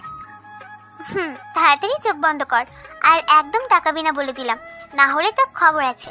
তারপর আমি অধরার সামনে চোখ বন্ধ করে দাঁড়িয়ে থাকি, কিন্তু কিছুক্ষণ হয়ে গেল অধরা কোনো রকম সারা শব্দ পাচ্ছি না। আছে নাকি চলে গেছে বুঝতে পারছি না। তারপর হঠাৎ করে মনে হলো কেউ একজন তার হাত দিয়ে আমার 2টি চোখ আটকানোর চেষ্টা করছে। আমি বেশ বুঝতে পারছি এটা অধরা, কিন্তু সে কি করতে চাচ্ছে সেটা বুঝতে পারছি না। তারপর আস্তে আস্তে মনে হচ্ছে অধরার নিঃশ্বাস আমার মুখের উপর পড়তে লাগলো। আর আমি কিছু বুঝে ওঠার আগেই অধরা যা করলো, তারপর থেকে আর আমি কিছু বুঝে ওঠার আগেই অধরা আমার 2 গালে 2টা কিস করে বসে, যেটার জন্য আমি মোটেও প্রস্তুত ছিলাম না। আমি কখনো কল্পনাও করতে পারিনি অধরা আমার সাথে এমন কিছু করবে। অধরা আমাকে কিস করে একটা হাসি দিয়ে দৌড় মেরে আমার রুম থেকে বেরিয়ে যায়। আর আমি বোকার মতো ওখানেই চুপচাপ দাঁড়িয়ে থেকে ভাবতে থাকি, এখন আমার সাথে এটা কি হলো? অধরা কেন আমার সাথে এমনটা করলো? এটা যদি পরিবারে কেউ দেখতো তাহলে আমাকে তারা কি মনে করতো? এটা মাথায় আসতেই আমার শরীর ঘামতে শুরু করে দেয়। আমি যখন একটু ঘটে যাওয়া বিষয়টা নিয়ে নানান চিন্তায় ব্যস্ত, ঠিক তখনই চেয়ে দেখি আমার সামনে অধরার ছোট ভাই আয়ান, মানে যাকে আমি ছোট নবাব বলে ডাকি, সে দাঁড়িয়ে মিটিমিটি করে হাসছে। তখন আমি আয়ানকে বললাম, কি ছোট নবাব, আজ এত খুশি কেন যে এত হাসতেছো? শুভ্র ভাইয়া, অধরা আপু তোমাকে চুমা দিছে তাই না? ছোট নবাবের কথা শুনে এবার আমার সত্যি সত্যি গলা শুকিয়ে গেছে। ও কি করে জানলো যে অধরা আমাকে কিস করছে? আর সব থেকে বড় কথা, এই কথা যদি বড় আম্মু জানতে পারে তাহলে সারা জীবনের জন্য তাদের কাছে ছোট হয়ে যাব। তখন আমি বললাম, ছোট নবাব, তোমাকে কে বলেছে অধরা আপু আমাকে কিস করছে? এটা একদম মিথ্যা কথা। শুভ্র ভাইয়া, তুমি মিথ্যা বলছো। আমি জানালার পাশে দাঁড়িয়ে সব দেখেছি। আপু তোমার সাথে কি কি করেছে, আর তোমার গালে এখনো আপুর লিপস্টিকের দাগ লেগে আছে। আয়ানের কথা শুনে তাড়াতাড়ি গালে হাত দিয়ে দেখি সত্যি সত্যি আমার গালে গোলাপি কালারের লিপস্টিক লেগে আছে। তার মানে আয়ান সত্যি সত্যি সব দেখছে। তখন আয়ানকে বোঝানোর জন্য বললাম, আসলে ছোট নবাব, অধরা আপু আমার সাথে দুষ্টুমি করে এমন করছে, বুঝছো? তুমি এটা আবার কাউকে বলো না কেমন? তুমি তোমার জন্য বাজার থেকে কিটক্যাট চকলেট নিয়ে আসবো। আচ্ছা বলবো না, তবে অনেকগুলো আনতে হবে কিন্তু। আচ্ছা যাও, তোমার জন্য অনেকগুলা চকলেট আনবো। আমার কথা শুনে ছোট নবাব খুশি হয়ে চলে যায়। আর আমি মনে মনে চিন্তা করি, এখন থেকে যতটুকু সম্ভব অধরার কাছ থেকে দূরে দূরে থাকবো। কারণ দিনকে দিন অধরা আমার সাথে করা আচরণগুলো বেশ অন্যরকম লাগে, যা পরিবারে কেউ দেখলে অন্য কিছু ভাবতে পারে। পরে আমি সেখান থেকে বাইরে চলে যাই। বাইরে গিয়ে বাসার কিছু টুকটাক কাজ করি। এইভাবে সারাদিন বাসার কাজ আর ছোট নবাবের সাথে খেলা করে সেদিনের মতো দিনটা পার হয়ে যায়। তবে এর মাঝে অধরা কয়েকবার তার কাছে ডাকে, কিন্তু আমি অন্য কাজের বাহানা দেখিয়ে চলে আসি। আর এভাবেই দেখতে দেখতে বেশ কয়েকটা দিন চলে যায়। এখন আমি খুব বেশি প্রয়োজন ছাড়া অধরা আপুর কাছে যাই না। তার কাছ থেকে নির্দিষ্ট একটা দূরত্ব বজায় রেখে চলি, যেটা অধরা বেশ ভালো করেই বুঝতে পারছে। তাই আমি যত তার থেকে দূরে থাকি, অধরা তত আমার কাছে আসতে চায়। এখন কলেজে গেলে আগের চাইতে আরো বেশি নজর রাখে আমার উপর। আজ কলেজে যাওয়ার জন্য আমি আর অধরা বাসা থেকে বের হই। মাঝ রাস্তায় এসে হঠাৎ অধরা থেমে যায় আর আমাকে বলে, শুভ্র, তুই ইদানিং আমাকে বেশ এড়িয়ে চলছিস। কোথায় এড়িয়ে চলছি? সবসময় তো আপনার পাশে পাশেই থাকি। তুই কি ভাবছিস আমি কিছু বুঝি না? আগের মতো তুই আমার সাথে কথা বলিস না। আমি 10টা প্রশ্ন করলে তুই একটা প্রশ্নের উত্তর দিস। আমি তোকে ডাকলে তুই অন্য কাজের বাহানা দিয়ে চলে যাস। এগুলো কেন করছিস আমার সাথে? তোর এমন ব্যবহার যে আমাকে খুব কষ্ট দেয়। আমি ঠিক মতো খেতে পারি না, ঘুমাতে পারি না। বল, কেন আমার কাছ থেকে দূরে থাকিস তুই? দেখেন আপু, আমি এখন যেটা করছি এটাই ঠিক। এখন আপনি বড় হয়েছেন, আমিও বড় হয়েছি। আপনার সাথে এত মিশা এখন ঠিক না, কারণ এতে মানুষ অন্য কিছু মনে করতে পারে। সেদিন আপনি আমার রুমে এসে আমার সাথে যা যা করছেন, আমার ভাই তা সব দেখছে। একটাবার চিন্তা করছেন, যদি এটা ছোট নবাবের জায়গায় আপনার আম্মু হতো তাহলে উনি কি মনে করতেন? তাই আমি সিদ্ধান্ত নিচ্ছি এখন থেকে সব সময় আপনার কাছ থেকে দূরে থাকবো। আর কিছুদিন পরে আমি এমনিতেই আপনাদের এখান থেকে চলে যাব। তাই শুধু আমার প্রতি মায়া বাড়িয়ে লাভ নাই, এতে কষ্ট আরো বাড়বে। আমি কথাগুলো বলার সাথে সাথে অধরা কাঁধ থেকে ব্যাগটা ফেলে দিয়ে কাছে এসে আমার শার্টের কলার চেপে ধরে। তখন অধরা বলল, যা বলছিস খুব বেশি বলে ফেলছিস, আর বলিস না। একটা কথা তুই ভালো করে জেনে রাখ, তোকে আমি সারা জীবন আমার চোখের সামনে দেখতে চাই। আর আমি তোকে সারা জীবন আমার চোখের সামনে রাখবো। তার জন্য আমার যা করতে হয় তাই করব। আজ থেকে যদি আমার কাছ থেকে দূরে থাকিস বা থাকার চেষ্টা করিস, তাহলে ওই দিন তো তোর রুমে গিয়ে গালে কিস করেছি, এবার সবার সামনে তোর ঠোঁটে কিস করব। তখন দেখবি কেমন লাগে। শুভ্র, তুই শুধু আমার, আমি তোকে অন্য কারো হতে দিব না। আপু, আপনি এগুলো কি বলছেন বুঝতে পারছেন? ওই কুত্তা হারামি, তোকে না মানা করেছি আমাকে আপু ডাকবি না? এখন থেকে আমাকে নাম ধরে ডাকবি, নাহলে তোর খবর আছে বলে দিলাম। এটা সম্ভব না, আমি আপনাকে কখনো নাম ধরে ডাকতে পারবো না। আর আপনি কি শুরু করছেন? আমি তো আপনার ছোট ভাইয়ের মতো। এখন যেটা করছি এটাই ঠিক। আর আমি কেন তোর সাথে এমন করছি তুই খুব ভালোভাবেই বুঝতে পারছিস। না, আমি কিছুই বুঝতেছি না, আর বুঝতেও চাই না। দয়া করে আপনি আমার সাথে এমন করবেন না। আমি কার সাথে কেমন করব সেটা তোকে বলতে হবে না। আর কেন এমন করছি তুই যদি না বুঝিস সমস্যা নাই, খুব তাড়াতাড়ি তোকে বুঝিয়ে দিব। এখন আর কথা না বলে তাড়াতাড়ি কলেজে চল, না হলে ক্লাসের মিস হয়ে যাবে। তারপর আমি আর কিছু না বলে অধরার সাথে কলেজে চলে আসি। তবে আমার মাথায় শুধু একটা চিন্তা, অধরার এই আচরণ যদি বাড়ির মানুষ জানতে পারে তাহলে আমার অবস্থা কি হবে। এখন আমার কেন জানি মনে হচ্ছে অধরা মনে হয় আমাকে ভালোবাসে, না হলে আমি অন্য মেয়ের সাথে কথা বললে অধরা রেগে যায়, তার কথা না শুনলে আমার সাথে রাগ করে। আর একটু আগে রাস্তায় মাঝে দাঁড়িয়ে যে কথাগুলো বললো এতে তো স্পষ্ট বোঝা যায় আমাকে নিয়ে অধরার মনে কিছু একটা চলছে, যেটা আমার জন্য সামনে একটা বিপদ ডেকে আনবে। কিন্তু অধরার মনে আমাকে নিয়ে যাই চলুক না কেন, তাকে নিয়ে আমার কোনো চিন্তা নেই। ছোট সময় থেকে তাকে আপুর মতো ভেবে আসছি। তাছাড়া তাদের পরিবারের কাছে আমি অনেক ঋণী। ক্ষণিকের একটা মোহ পড়ে তাদের সাথে কখনো বিশ্বাসঘাতকতা করতে পারবো না। তাই যতদিন আছি এখানে অধরার পাগলামিগুলো সহ্য করে নিতে হবে। আজকে কলেজে এসে কারোর সাথে তেমন কোনো কথা বলিনি। তারপর একে একে সবগুলো ক্লাস শেষ করে কলেজ ছুটি হয়ে যায়, আর আমি আর অধরা আপু মিলে বাসার দিকে যেতে থাকি। রাস্তায় আবারও অধরা হাজারটা কথা বলছে আমাকে, আর আমি শুধু চুপচাপ চলে সাজছি। তখন অধরা আমাকে বলল, এই শুভ্র, তোমাকে আমি এতগুলো কথা বললাম, তুমি এমন চুপ করে আছো কেন? আর এমন দূরে সরে আছো কেন? কাছে এসো। অধরার এমন কথা শুনে আমার কাশি চলে আসে। যে মেয়ে সারা জীবন আমাকে তুই করে বলে আসছে, একটা ভুল করলে মেরে তক্তা বানিয়ে দিত, সে এখন এমন ভাবে কথা বলছে যেন আমি তার বয়ফ্রেন্ড বা জামাই লাগি। তখন আমি বললাম, আপু প্লিজ আপনি এমন ভাবে কথা বলবেন না, আমার বদহজম হয়। আপনার মুখ থেকে আমি তুই শব্দটা শুনে অভ্যস্ত, তাই আপনার মুখে তুমি ডাকটা শুনে আমার বদহজম হচ্ছে। তার চেয়ে ভালো আপনি আমাকে তুই করেই ডাকেন। যদি তুইয়ের নিচে কিছু থাকে তাহলে সেটাও বলে ডাকেন, তারপরেও এমন তুমি করে ডাকবেন না দয়া করে। আমার এমন কথা শুনে অধরা চোখ বড় বড় করে আমার দিকে তাকিয়ে থাকে, যেন এখনই আমাকে এই চোখগুলো দিয়ে গিলে খাবে। অধরা এমন ভাবে তাকানো দেখে আমি অধরাকে বললাম, আপু প্লিজ আপনি এমন ভাবে তাকাবেন না আমার দিকে। আপনার এমন তাকানো দেখলে আমার ভয় লাগে, তাই বরং যদি মারতে মন চায় তাহলে দুইটা থাপ্পড় মারেন, কারণ আপনার এমন ভয়ঙ্কর তাকানোর চাইতে চর খাওয়া অনেক ভালো। আমার কথা শুনে অধরা বলল, রাস্তায় এত বকবক না করে তাড়াতাড়ি বাসায় চল, আমার শরীরটা কেমন জানি খারাপ লাগছে। অধরা এমন কথা শুনে আমি বেশ অবাক হলাম, কারণ আমার এতগুলো কথা শুনেও সে তেমন কোনো রিয়াকশন করলো না।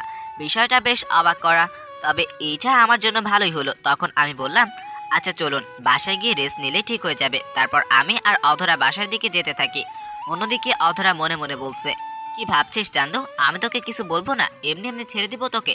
আমি তোকে তুমি করে বললে তোর বদহজম হয়, আমার তাকানো তোর কাছে ভয়ঙ্কর লাগে, তার চাইতে তোকে থাপ্পড় দেওয়া ভালো। আর আমাকে বারবার আপু বলা তোকে আজ ছোটাচ্ছি। একবার বাসায় নিয়ে যাই, তারপর তোর ঠোঁটগুলো আজ কামড়ে ছিঁড়ে ফেলবো, যেগুলো দিয়ে বেশি পটর পটর করিস তুই। আমি যে তোকে ভালোবাসি সেটা আজ বুঝিয়ে দিব। অধরা কথাগুলো মনে মনে বলছে আর শুভ্রর উপর রাগে ফুলছে। এদিকে আমি আর অধরা অল্প কিছুক্ষণের মাঝেই বাসায় চলে আসি। তবে বাকি রাস্তায় অধরা আমার সাথে কোনো কথা বলেনি। এতে আমার কি যে শান্তি লাগছে যে বলে বোঝাতে পারবো না। কিন্তু তাকে দেখে মনে হচ্ছিল সারা রাস্তা অধরা কি যেন মনে মনে ভাবছিল, তবে সেটা জানার আমার কোনো আগ্রহ নাই। আমি আর অধরা যখন গেট দিয়ে বাসার ভিতর যাই, তখন আমি বললাম, আপু আপনি ক্লাসরুমে গিয়ে রেস্ট করেন, আর যদি বেশি খারাপ লাগে তাহলে বলবেন, ডক্টরকে খবর দিয়ে আসবো। এইটা বলেই যেই আমি আমার রুমের দিকে যাচ্ছি, তখনই পিছন থেকে একটা চিৎকারের আওয়াজ শুনি, আর আমি পিছনে ফিরে দেখি অধরা মাটিতে জ্ঞান হারিয়ে পড়ে গেছে। এটা দেখে তো আমার পাগল হওয়ার অবস্থা। আমি কোনো কিছু না ভেবে এক দৌড়ে অধরার কাছে গিয়ে ওকে কোলে তুলে নেই, আর অধরার আম্মু দৌড়ে আসে অধরার কাছে।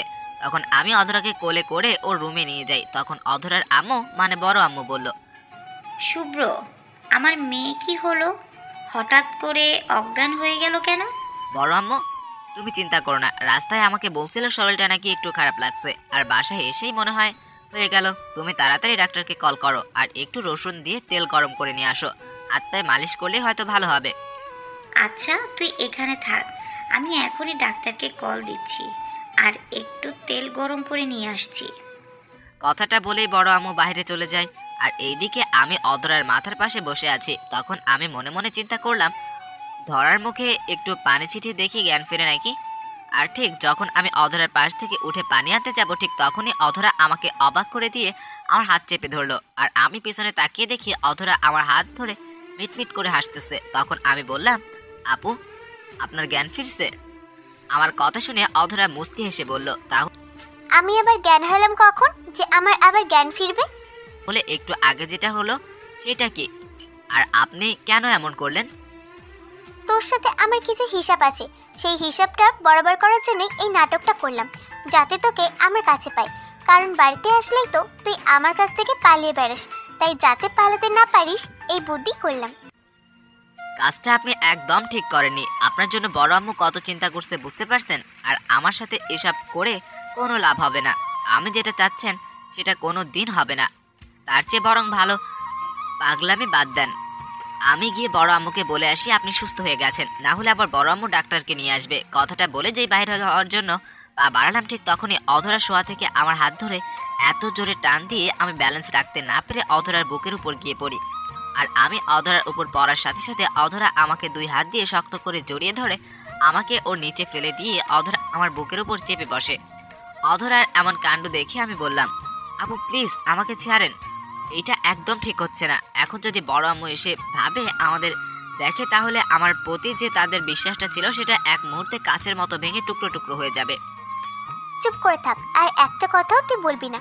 আম্মু যদি এখন এসে দেখে তাহলে তোকে কিছু বলার আগে আমি বলবো যে আমি তোকে ভালোবাসি, শুধু আজ থেকে না, অনেক আগে থেকে। কিন্তু সেটা তুই বুঝিস না। আমি তো যত কাছে যেতে চাই তুই তত আমার কাছ থেকে দূরে চলে যাস। আপু আপনি এসব কি বলছেন? আমাকে ভালোবাসেন মানে? আমি আপনার ছোট ভাইয়ের মতো, এটা কখনো সম্ভব না। আর আমার উপর থেকে সরুন, না হলে বড় আম্মু এসে দেখে ফেলবে। আমার কথা শুনে অধরা আমার ছাড়বে তো দূরের কথা, উল্টো আরো ভালো করে নিজের সাথে আমাকে চেপে ধরে আর এক হাত দিয়ে আমার মুখে টিপে রাগী কণ্ঠে বলে, কুত্তা, আর একবার যদি আমাকে আপু বলিস তাহলে এখান থেকে মেরে তোর মুখ ভেঙে দিব। আর তুই আমার ছোট ভাই না, আজ থেকে তুই আমার ছোট জামাই, মানে জুনিয়র বর। এটা কোনো দিনও সম্ভব না। আপনাকে আমি সারা জীবন আপু বলে আসছি, আর সামনে তাই বলবো। অন্য কিছু আমার কাছে আশা করে লাভ নাই। আর আপনি চাইলে আমার চাইতে 1000 গুণ ভালো ছেলের চাইতে সাথে প্রেম করতে পারেন। প্লিজ আমাকে মাফ করে দেন। আমি জানি, আমি চাইলেই অন্য যে কোনো ছেলের সাথে প্রেম করতে পারি, কিন্তু আমার অন্য কাউকে চাই না, তোকেই চাই আমার। আর আমি যেহেতু বলেছি তোকেই আমার চাই, তাহলে দুনিয়ার কারোর শক্তি নাই তোকে আমার কাছ থেকে কেড়ে নেওয়ার। এখন বল, তুই কি আমার আপোষে ভালোবাসবি, নাকি আমি অন্য কোনো ব্যবস্থা করব? আপু আপনি যা খুশি করেন, যেটা কখনো হওয়ার না সেটা কোনো দিন হবে না। এসব পাগলামি বাদ দেন আর সরুন আমার উপর থেকে। আমার কথা শুনেই অধরা রাগটা বেড়ে যায় আর রাগী কণ্ঠে বলল, শুভ্র, আমি তোর মুখে আপু ডাক শুনতে চাচ্ছি না, আমার নাম ধরে ডাক বলছি। কোনো দিন সম্ভব না, অযথা বলে লাভ নাই। দয়া করে সরুন, আপনার আম্মু চলে আসবে। কিভাবে অসম্ভবকে সম্ভব করতে হয় সেটা আমার ভালো করে জানা আছে। তখন রাস্তায় কি বলেছিলি, আমার তাকানোই তোর কাছে ভয়ঙ্কর লাগে। এখন দেখ তোর কি অবস্থা করি, তোর মুখ দিয়ে আর কোনোদিন আপু ডাক আসবে না। কথাটা বলেই অধরা নিজের পুরোটা শরীর আমার উপর শরীরের সাথে মিশিয়ে দেয় আর আমাকে কিছু বলার মতো সুযোগ না দিয়ে আমার মাথার চুল খামচে ধরে আর আমার ঠোঁটের সাথে নিজের ঠোঁট দুটো ঠেসে ধরে। জীবনের প্রথম কোনো মেয়ের এতটা কাছে আসছে, তার উপর আমার ঠোঁটের উপর অধরার যে অত্যাচার শুরু করছে, জানি না কতক্ষণ বেঁচে থাকি। এদিকে অধরা আমার মাথা নিজের সমস্ত শক্তি দিয়ে চেপে ধরছে যাতে নড়তে না পারি, আর আমার ঠোঁটের মাঝে পাগলের মতো কিস করতে থাকে। কিস করার এক পর্যায়ে অধরা আমার ঠোঁটে একটার পর একটা কামড় দিতে থাকে, আর কামড়গুলো বেশ জোরে দিচ্ছিল। মনে হচ্ছে ঠোঁটগুলো ছিঁড়ে ফেলবে। একটু পরে কামড় দেওয়া বন্ধ করে আমাকে বলল, আর কোনোদিন আমাকে আপু বলে ডাকবে জান পাখি? এগুলো একদম ঠিক হচ্ছে না, প্লিজ আমাকে ছাড়েন আপু। এবার আমি ইচ্ছে করে আপু বলি নাই, মুখ ফসকে বেরিয়ে গেছে। কুত্তা, তুই আবার আপু ডাকছিস, আজকে তোর ঠোঁট ছিঁড়ে ফেলবো, দাঁড়া। কথাটা বলেই অধরা আবার আমার ঠোঁটের উপর হামলে পড়ে। প্রথমে কিছুক্ষণ বেশ রোমান্টিক ভাবেই ঠোঁটে কিস করে, কিন্তু পরেই পাগলের মতো ঠোঁটে আক্রমণ শুরু করে। তবে এই মেয়ের গায়ে যে এত শক্তি তা আমি কোনো দিনও কল্পনা করতে পারি নাই। অধরার আমার ঠোঁটের সাথে নিজের ঠোঁট এক করছে তো করছেই, যা সারার আর নাম নাই। আমার মনে হচ্ছে এখনই মনে হয় নিঃশ্বাস বন্ধ হয়ে মারা যাব। আমি মনে মনে চুমু খেয়ে মরার প্রস্তুতি নিচ্ছি, ঠিক তখনই বাহির থেকে বড় আম্মুর গলার আওয়াজ ভেসে আসে।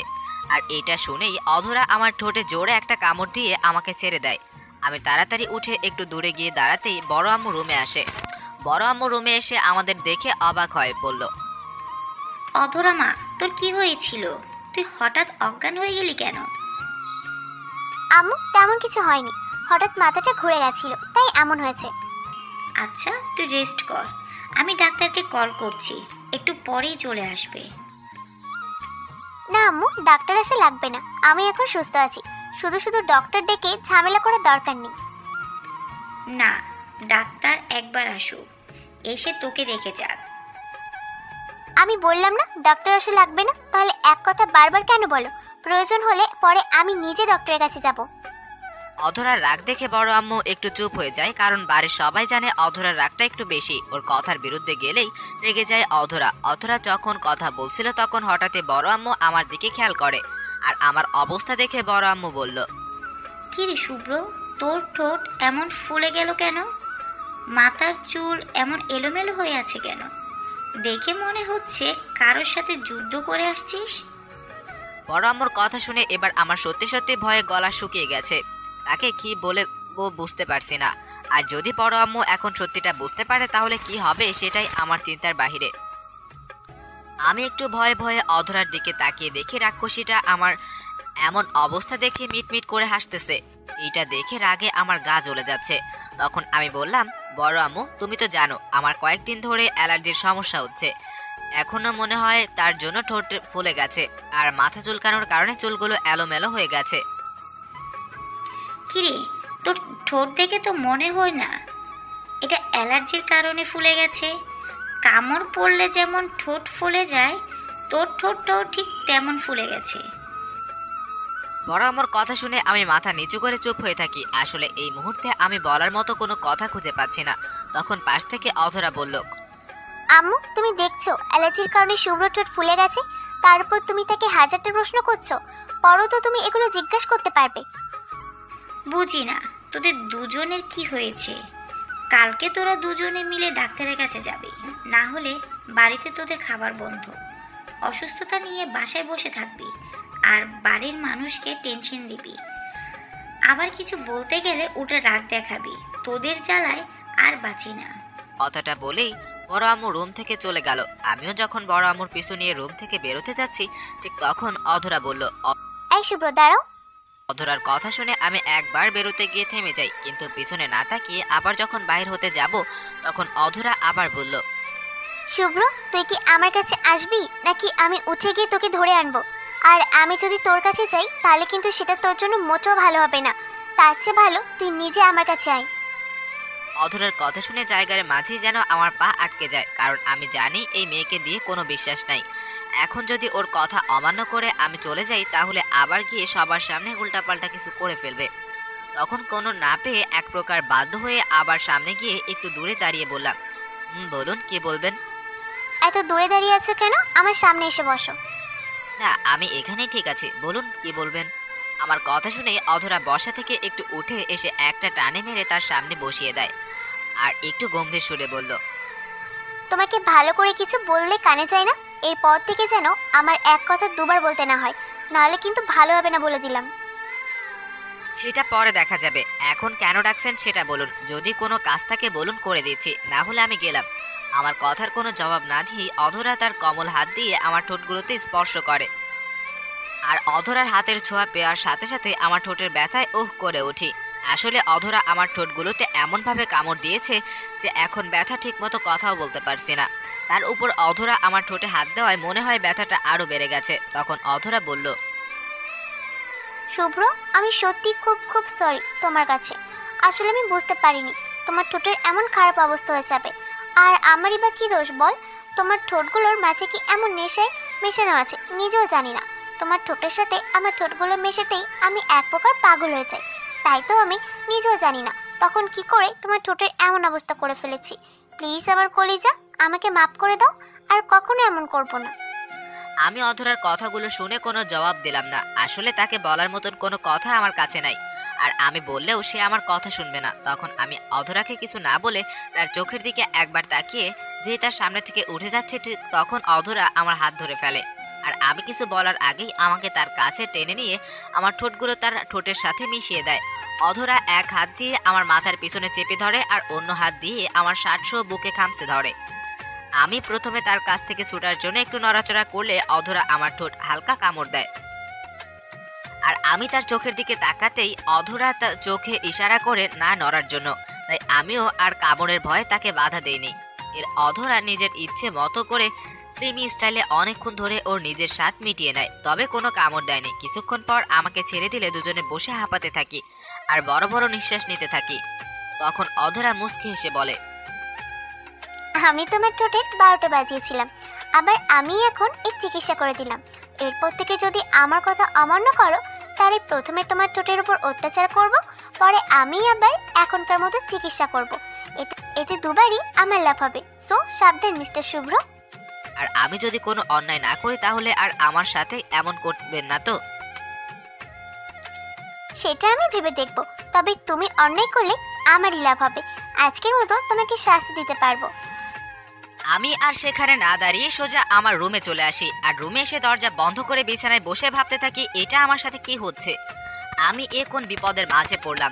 এখন থেকে আমার আরো সাবধানে চলতে হবে, যাতে আমার ভুলের অজুহাত না অধরা আমার কাছে আসতে না পারে।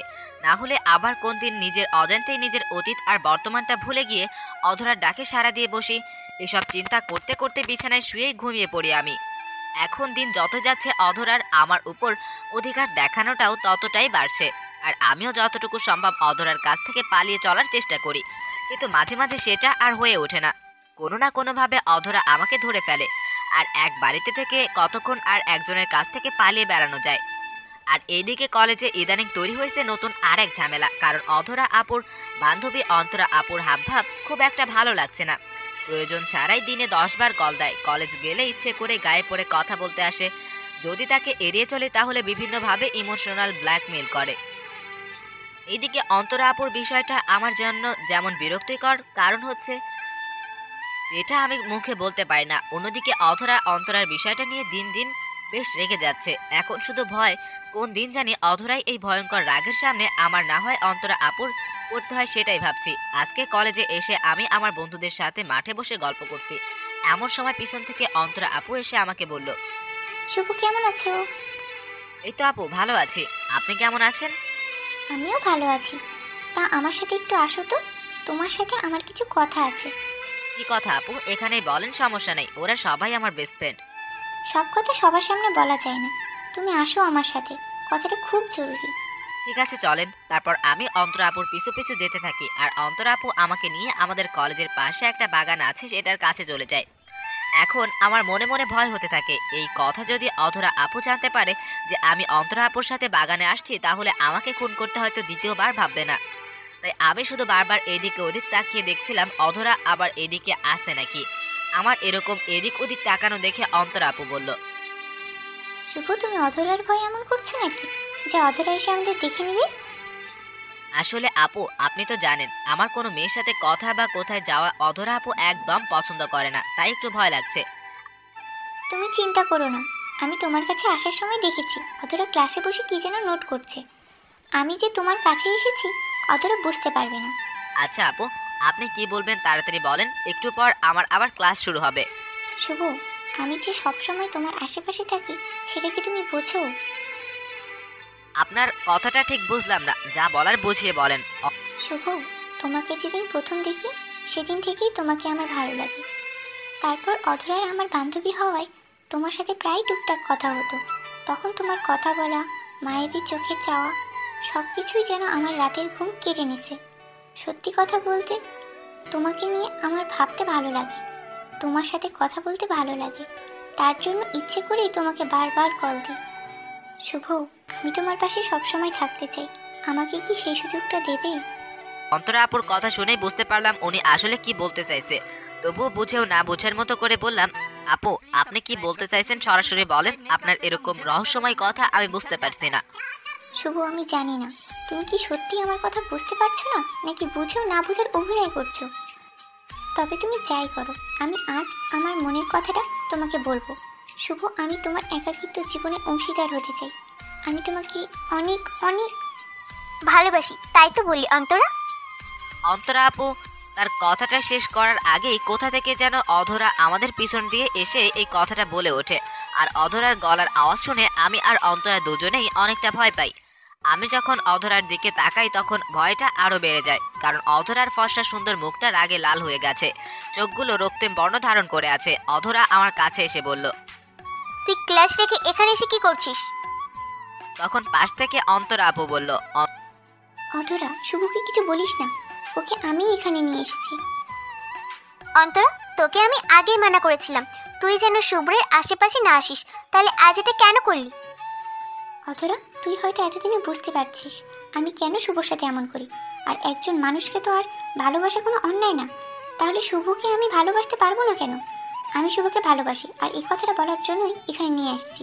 তুই প্লিজ আমাদের মাঝে নাক গলাস না।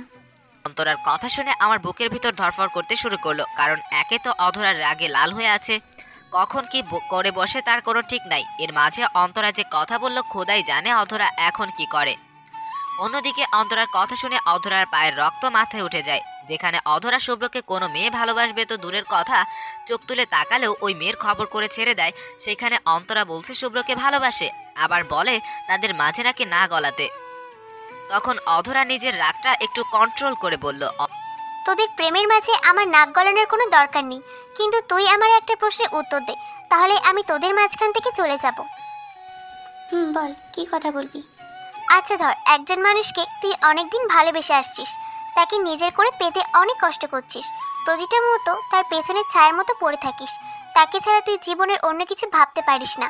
আর তোর সেই ভালোবাসার মানুষটিকে যদি কেউ কেড়ে নিতে চায়, তাহলে তুই কি করবি তার? অধরার কথা শুনে আমার মনের ভিতর একটা ভয় কাজ করতে থাকে, মনে হচ্ছে বড় কোনো বিপদ আসতেছে। আর অধরা বা কেন অন্তরাকে এমন প্রশ্ন করলো, মাথায় কিছুই আসছে না। আমি যখন এসব চিন্তায় ব্যস্ত তখন অন্তরা বলল, আমি যাকে এমন ভালোবাসবো, তাকে যদি কেউ আমার কাছ থেকে কেড়ে যায়, তাহলে আমি তাকে খুন করব। অন্তরা এই কথাটা বলে যে কত বড় ভুল করছে সেটা ও নিজেও জানে না। আর অধরাও মনে মনে এটাই চাইছিল যে অন্তরা এমন কিছু বলুক। তখন অধরা একটা রহস্যময় হাসি দিয়ে বলল, সে মেয়েটি যদি তোর বেস্ট ফ্রেন্ড হয়, তাহলে তুই কি করবি? বেস্ট হয়েছে তো কি হয়েছে, ভালোবাসার জন্য নিজের আপন বোনকেও ছাড় দেবো না, সেখানে বেস্ট ফ্রেন্ড তো অনেক দূরের কথা। এই কথাটা বলার সাথে সাথে অধরা সোজা গিয়ে অন্তরার মুখ খুব শক্ত করে চেপে ধরে আর রাগে গড়গড় করতে করতে বলল, কুত্তার বাচ্চা, তাহলে তোর সাহস কি করে হয় শুভ্রকে ভালোবাসার কথা বলে? তোকে আমি হাজারবার নিষেধ করেছি শুভ্রের কাছে না আসতে, আর তুই আমার চোখে ফাঁকি দিয়ে আমার ভালোবাসাকে তুই নিজে করে নিচ্ছিস। আর তুই ভাবলি কেমন করে আমি তা হতে দিব? অধরা যখন অন্তরাকে খুব শক্ত করে মুখ চেপে ধরে তখন আমি গিয়ে ছাড়ানোর চেষ্টা করতে থাকি, কিন্তু অধরার অন্তরাকে এমন ভাবেই ধরছে যে আমি কোনো মতেই তাকে সরাতে পারছি না। তখন অন্তরা বলল, অধরা আমাকে ছাড়, আমি ব্যথা পাচ্ছি। কেন তুই আমাকে মারছিস? ছাড় আমাকে, প্লিজ ছাড়। কেন? একটু আগে তুই না বললি তাকে খুন করবি তুই, তাহলে এখন কেন তোকে ছাড়তে বলছিস? তোকে তো আজকে সারা জীবনের ভালোবাসার স্বাদ মিটিয়ে দিব। এতদিন শুধু আমার ভালোটা দেখেছিস, আজকে একটু রাগটাও দেখে যা। কথাটা বলেই অধরা অন্তরাকে একের পর এক থাপ্পড় মারতে থাকে আর চিৎকার করে বলতে থাকে, তোর সাহস কি করে হয় আমার শুভ্রের দিকে চোখ তুলে দেখার? যাকে সেই ছোটবেলা থেকে মনে মনে ভালোবেসে আসছি, তোর সাহস কি করে হয় তুই ওকে ভালোবাসার কথা বলে? যাকে নিয়ে আমি ঘর বাঁধার স্বপ্ন দেখি প্রতি রাতে, তোর সাহস কি করে হয় আমার সেই স্বপ্নগুলো ভেঙে দেওয়ার? এইদিকে বারবার চেষ্টা করেও অধরাকে থামাতে পারছে না, কাছে গেলেই আমাকে ধাক্কা দিয়ে সরিয়ে দেয়। আর এদিকে সারা কলেজে ছড়িয়ে পড়ে অধরা অন্তরাকে মারছে। তখন কয়েকজন টিচার আর ম্যাডাম সহ অনেক ছাত্রছাত্রী এখানে এসে জমা হয়ে যায়। আর তখন ম্যাডাম নিজে গিয়ে অধরার হাত থেকে অন্তরাকে রক্ষা করে। তবে ম্যাডামরা যতক্ষণ অন্তরাকে উদ্ধার করে অধরার হাত থেকে, ততক্ষণ অধরা অন্তরাকে মেরে নাক মুখ ফাটিয়ে ফেলে। নাক দিয়ে মুখ দিয়ে রক্ত পড়তে থাকে। তারপর অন্তরাকে ডাক্তারের কাছে নিয়ে চিকিৎসা করে আনা হয়। আর আমাকে সহ অধরা আর অন্তরাকে প্রিন্সিপাল স্যারের রুমে ডাকা হয়। অন্যদিকে অন্তরার পরিবার খবর পেয়ে কলেজে চলে আসে। আর এদিকে প্রিন্সিপাল স্যার নিজে অধরার আব্বুকে কল দিয়ে কলেজে আসতে বলে। অধরার আব্বু যেহেতু এখানকার বেশ সুনামধন্য চেয়ারম্যান, তাই তার এখানে একটা আলাদা নাম ডাক আছে। যদি চোরখাটো কোনো বিষয় হতো তাহলে স্যার অধরার আব্বুকে কখনো ডাক দিতেন না, কিন্তু অধরা অন্তরাকে এমনভাবে মারছে যে বলার মতো না। তাই তাকে বাধ্য হয়ে ওনাকে আসতে বলতে হয়, না হলে অন্তরার পরিবার নাকি অধরার বিরুদ্ধে মামলা করবে। আর কিছুক্ষণ পরেই অধরার আব্বু সহ সবাই গিয়ে প্রিন্সিপাল স্যারের রুমে গিয়ে সবাই এক হয়। তখন প্রিন্সিপাল স্যার অধরাকে জিজ্ঞেস করে কেন অন্তরাকে মারছে। তখন অধরা বলল, আমি বারবার নিষেধ করার পরও আমার কথা অমান্য করে ও শুভ্রকে প্রপোজ করেছে, তাই ওকে মারছি। অধরা এমনভাবে কথাগুলো বলল যে ওকে দেখে মনেই হয় না অধরা প্রিন্সিপাল স্যার ও তার আব্বুর সামনে দাঁড়িয়ে কথা বলছে। তখন প্রিন্সিপাল স্যার বলল, আমি কখনো প্রেম ভালোবাসাকে সাপোর্ট করি না, তবুও বলছি কাউকে ভালো লাগা বা ভালোবাসার অধিকার সবার আছে। যে কেউ তার ভালোবাসার কথা অন্যকে বলতে পারে, এটা কোনো অন্যায় না। কিন্তু তুমি যেটা করেছো সেটা অন্যায় করেছো। সাধারণ একটা বিষয় নিয়ে তোমার এভাবে অন্তরাকে মারাটা একদম ঠিক করনি। তোমার কারণে আজকে তোমার আব্বু কলেজে আসতে হয়েছে। তোমার কাছ থেকে আমরা কেউ এমনটা আশা করিনি অধরা। এখন আমি চাচ্ছি তুমি সবার সামনে অন্তরা ও তার পরিবারের কাছে ক্ষমা চেয়ে নাও। স্যার, আমি কেন ক্ষমা চাইবো? আমি তো কোনো ভুল করিনি। অধরার কথা শুনে সবাই অবাক হয়ে যায়। একটা মানুষকে মারতে মারতে আধমরা করেও কি করে বলে যে সে কোনো ভুল করেনি। তখন প্রিন্সিপাল স্যার বলল, অধরা, তুমি একটা মেয়েকে সবার সামনে বিনা কারণে জঘন্যভাবে মারছো, তারপরেও এখন তুমি বলছো যে তুমি কোনো অন্যায় করনি। এটা কিন্তু তোমার সবার সামনে বেয়াদবি করা হচ্ছে। আমি চাই তুমি মাপ চেয়ে সমস্যাটা এখানেই সমাধান করো, না হলে তোমার বিরুদ্ধে অ্যাকশন নিতে আমি বাধ্য হব, কারণ কলেজের নিয়ম সবার জন্য সমান। স্যার, আপনি বললেন না সবার ভালোবাসার অধিকার আছে, তাহলে সবার যদি ভালোবাসার অধিকার থাকে তাহলে সবার তার ভালোবাসাকে রক্ষা করার অধিকার আছে, আর আমি সেটাই করছি। কেউ যদি আমার শুভ্রের দিকে চোখ তুলে তাকায়, আমি তার চোখ তুলে নিব। ভালোবাসার কথা বলবে সেটা অনেক দূরের কথা, আর এর জন্য আমি কারো কাছে মাপ চাইতে পারবো না। এতে আপনি যা করার করতে পারেন। অধরার কথা শুনে প্রিন্সিপাল স্যার সহ সবাই অবাক হয়ে যায়। আর আমি মনে মনে বলতে থাকি, আজ অধরার জন্য সারা কলেজ সহ বড় আব্বুর কাছে ছোট হয়ে গেলাম। কারণ এখন অধরার আব্বু মনে করবে আমি মনে হয় অধরার সাথে প্রেম করছি।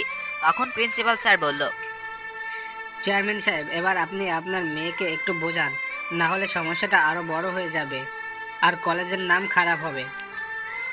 এতক্ষণ ধরে অধরার আব্বু চুপচাপ সবার কথা শুনছিল। এখন প্রিন্সিপাল স্যারের কথা শুনে অধরার আব্বু বলল, আসলে আমার মেয়ে আজ যে অন্যায়টা করছে তার জন্য আমি আপনাদের কাছে খুবই লজ্জিত।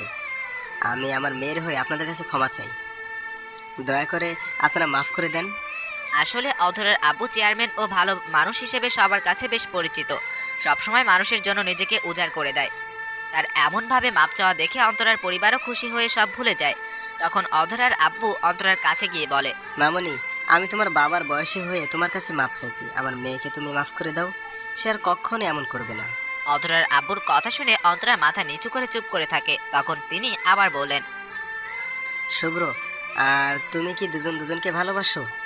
আমি শুভকে ভালোবাসি, শুভ আমাকে ভালোবাসে কিনা জানি না। আচ্ছা, তোমাদের বিষয়টা নিয়ে আমি তোমার পরিবারের সাথে কথা বলবো।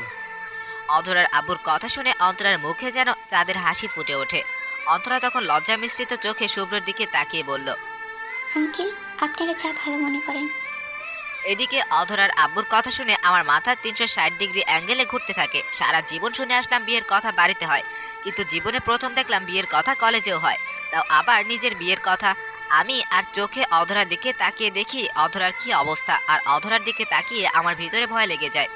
কারণ অধরা ওর আব্বুর কথা শুনে রাগে লাল হয়ে গেছে, চোখগুলো আগুনের মতো হয়ে গেছে। মনে হচ্ছে এখনই চোখ দিয়ে আগুন বেরিয়ে আসবে। এখন যদি অধরার সামনে ওর আব্বু না থাকতো, তাহলে যে অধরা এখন কি করতো তা সে নিজেও জানে না। আর তাই নিজের রাগটা কন্ট্রোল করার জন্য নিজের ওড়নাকে শক্ত করে চেপে ধরে আছে, আর বারবার আমার দিকে তাকিয়ে দেখছে, হয়তো আমি কি করি সেটা দেখার জন্য। তারপর অধরার আব্বু প্রিন্সিপাল স্যারের সাথে আর অন্তরার পরিবারের সাথে আরো কিছুক্ষণ কথাবার্তা বলে বাইরে চলে যান। আর যাওয়ার সময় আমাকে আর অন্তরাকে বলে যান যে আমাদের সাথে নাকি বাড়িতে কথা বলবে। এখন আমার কেন জানি মনে হচ্ছে এইবার সত্যি আমি পৃথিবীতে একা হয়ে যাব, কারণ এত বড় একটা ঘটনা হওয়ার পর আমাকে কি তাদের বাড়িতে থাকতে দিবে? কখনোই দিবে না। যদিও এখানে আমার কোনো দোষ নাই, কিন্তু নিজের মেয়ের পক্ষে ছেড়ে কি আমার পক্ষে কথা বলবে? আমিও আর কিছু না বলে একা একা প্রিন্সিপাল স্যারের রুম থেকে বেরিয়ে আসি। অন্যদিকে অধরা প্রিন্সিপাল স্যারের রুম থেকে বেরিয়ে নিজের বাপের উপর রাগে ফুঁসতে থাকে আর মনে মনে বলতে থাকে, আমি থাকতে আমার ভালোবাসা অন্য কারো হয়ে যাবে, সেটা আমি কখনোই হতে দিব না। যেভাবেই হোক আমার ভালোবাসার মানুষকে আমার করে নিব। অধরা যখন আনমনে দাঁড়িয়ে রাগের মাথায় এসব চিন্তা ব্যস্ত, তখন কথা থেকে যেন অন্তরা এসে পিছন থেকে বলল, অন্য কারো ভালোবাসার মানুষকে কেড়ে নিয়ে নিজের করে নেওয়ার মাঝে এত মজা আগে জানতাম না।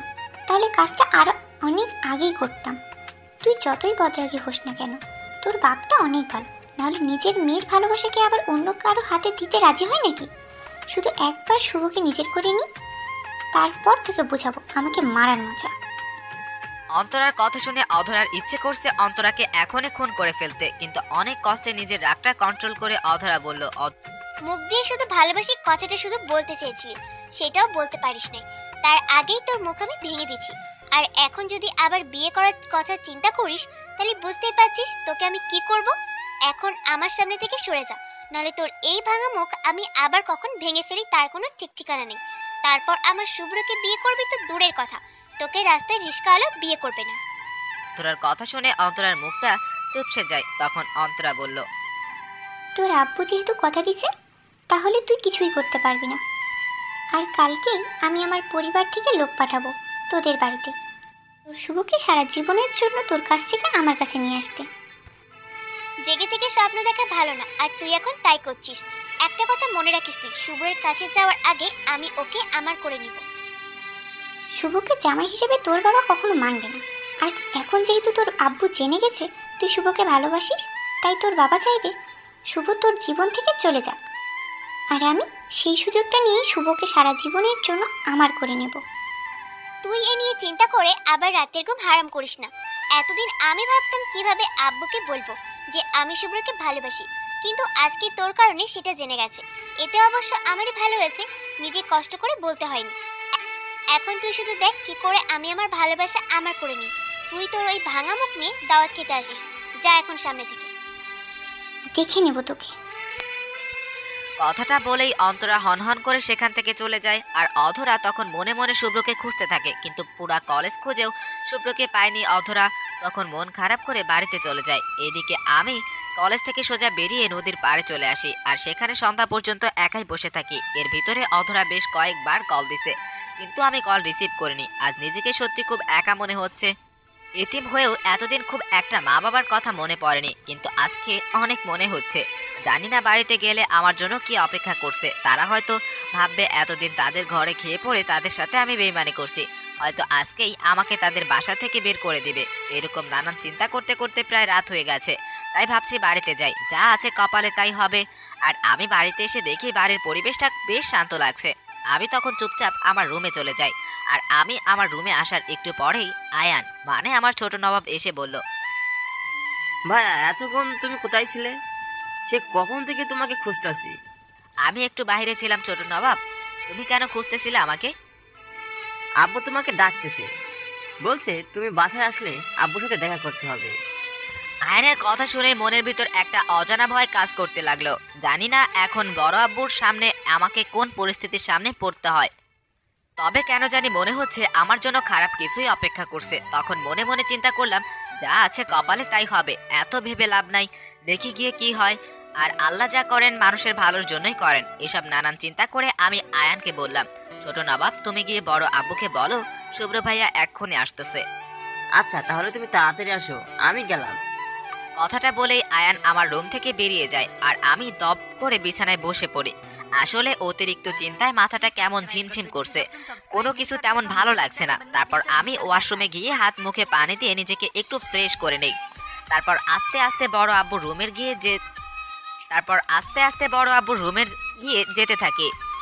আমি যতই বড় আব্বুর রুমের দিকে অগ্রসর হতে থাকি, আমার বুকের ভিতর ততই ধরফর করতে থাকে। তারপর নিজেকে সামলে নিয়ে বড় আব্বুর রুমে প্রবেশ করি আমি। সেখানে গিয়ে দেখি বড় আব্বু ও বড় আম্মু তারা দুজন একসাথে খাটের উপর বসে আছে। তখন আমি তাদের সামনে যেতেই বড় আব্বু বলল, শুভ্র কলেজ থেকে গিয়ে সারাদিন কোথায় ছিলি? বড় আব্বু কোথাও যায়নি, এই তো নদীর পাড়েই বসেছিলাম। আমার কথা শুনে বড় আব্বু কিছুক্ষণ চুপ করে থাকে, কারো মুখে কোনো কথা নাই। এর মাঝে অধরাও আমাদের মাঝে এসে যোগ দেয়। তখন বড় আব্বু বলল, শুভ্র ছোটবেলা থেকে তোকে নিজের চোখের সামনে বড় হতে দেখেছি। তোর বাবা মা মারা যাওয়ার পর তোকে আমরা আমার কাছেই রেখে দেই। হতে পারিস তুই আমাদের বাড়ির চাকরের ছেলে, কিন্তু তোকে আমরা সবসময় নিজের সন্তানের মতো মানুষ করছি। কোনো কিছুর অভাব তোকে আমরা বুঝতে দিইনি। আর এতদিন তুই আমাদের সেই কাজের সঠিক মূল্য দিছিস। কখনো এমন কাজ করিস নাই যেটার জন্য আমাদের বাড়ি কোনো বদনাম হয়। আশা করি এখনও তোকে আমি যা জিজ্ঞাসা করব তুই তার সঠিক উত্তর দিবি, কোনো প্রকার মিথ্যার আশ্রয় নিবি না। আব্বুর কথা শুনেই আমার চোখের কোণে নোনা পানি জমে যায়। আসলে তো বাবা মা মারা যাওয়ার পর তারা আমাকে যেভাবে মানুষ করছে সেটা হয়তো আমার নিজের বাবা মাও করতে পারতো না। আজকাল গৃহকর্মীর উপর মানুষ অমানবিক নির্যাতন করে, সেখানে তারা মানবতার দ্বার খুলে দিছে, আমাকে আপন করে নিছে নিজের সন্তানের মতো। তখন আমি বললাম, বড় আব্বু বলেন, আপনি কি জানতে চান? আমি সত্যিটাই বলবো। তোর কি অধরার সাথে কোনো সম্পর্ক আছে? মানে তোরা একে অপরকে কি ভালোবাসিস? বড় আব্বুর কথা শুনে আমি কিছুক্ষণ চুপ থাকি। তারপর আমি একবার অধরার দিকে তাকাই। তখন দেখি অধরা আমার দিকে চাতক পাখির মতো তাকিয়ে আছে, আমি কি বলি সেটা শোনার জন্য। তবে অধরার চোখ বুঝতে পারছি অধরা চাইছে আমি যেন এটাই যে আমি অধরাকে ভালোবাসি। তখন আমি বললাম, না বড় আব্বু, অধরা আপুর সাথে আমার কোনো সম্পর্ক নাই। আমি ছোটবেলা থেকে তাকে যেমনটা ভেবে আসছি আজও ঠিক তাই ভাবি, এতে উনি আমাকে নিয়ে যাই ভাবুক না কেন। এদিকে শুভ্রের কথাটা শুনে অধরার মনে অনেকটা আঘাত লাগে, কারণ যাকে পাওয়ার জন্য সবার সাথে একাই এত লড়ছে সেই যদি তাকে ভালো না বাসে আর সবার সামনে না করে দেয় তখন খারাপ লাগাটাই স্বাভাবিক। কিন্তু অধরাও এত সহজে হেরে যাওয়ার মেয়ে না, তাই শুভ্রের কথা শুনে যতটা কষ্ট পাইছে তার চেয়ে বেশি রাগ হচ্ছে।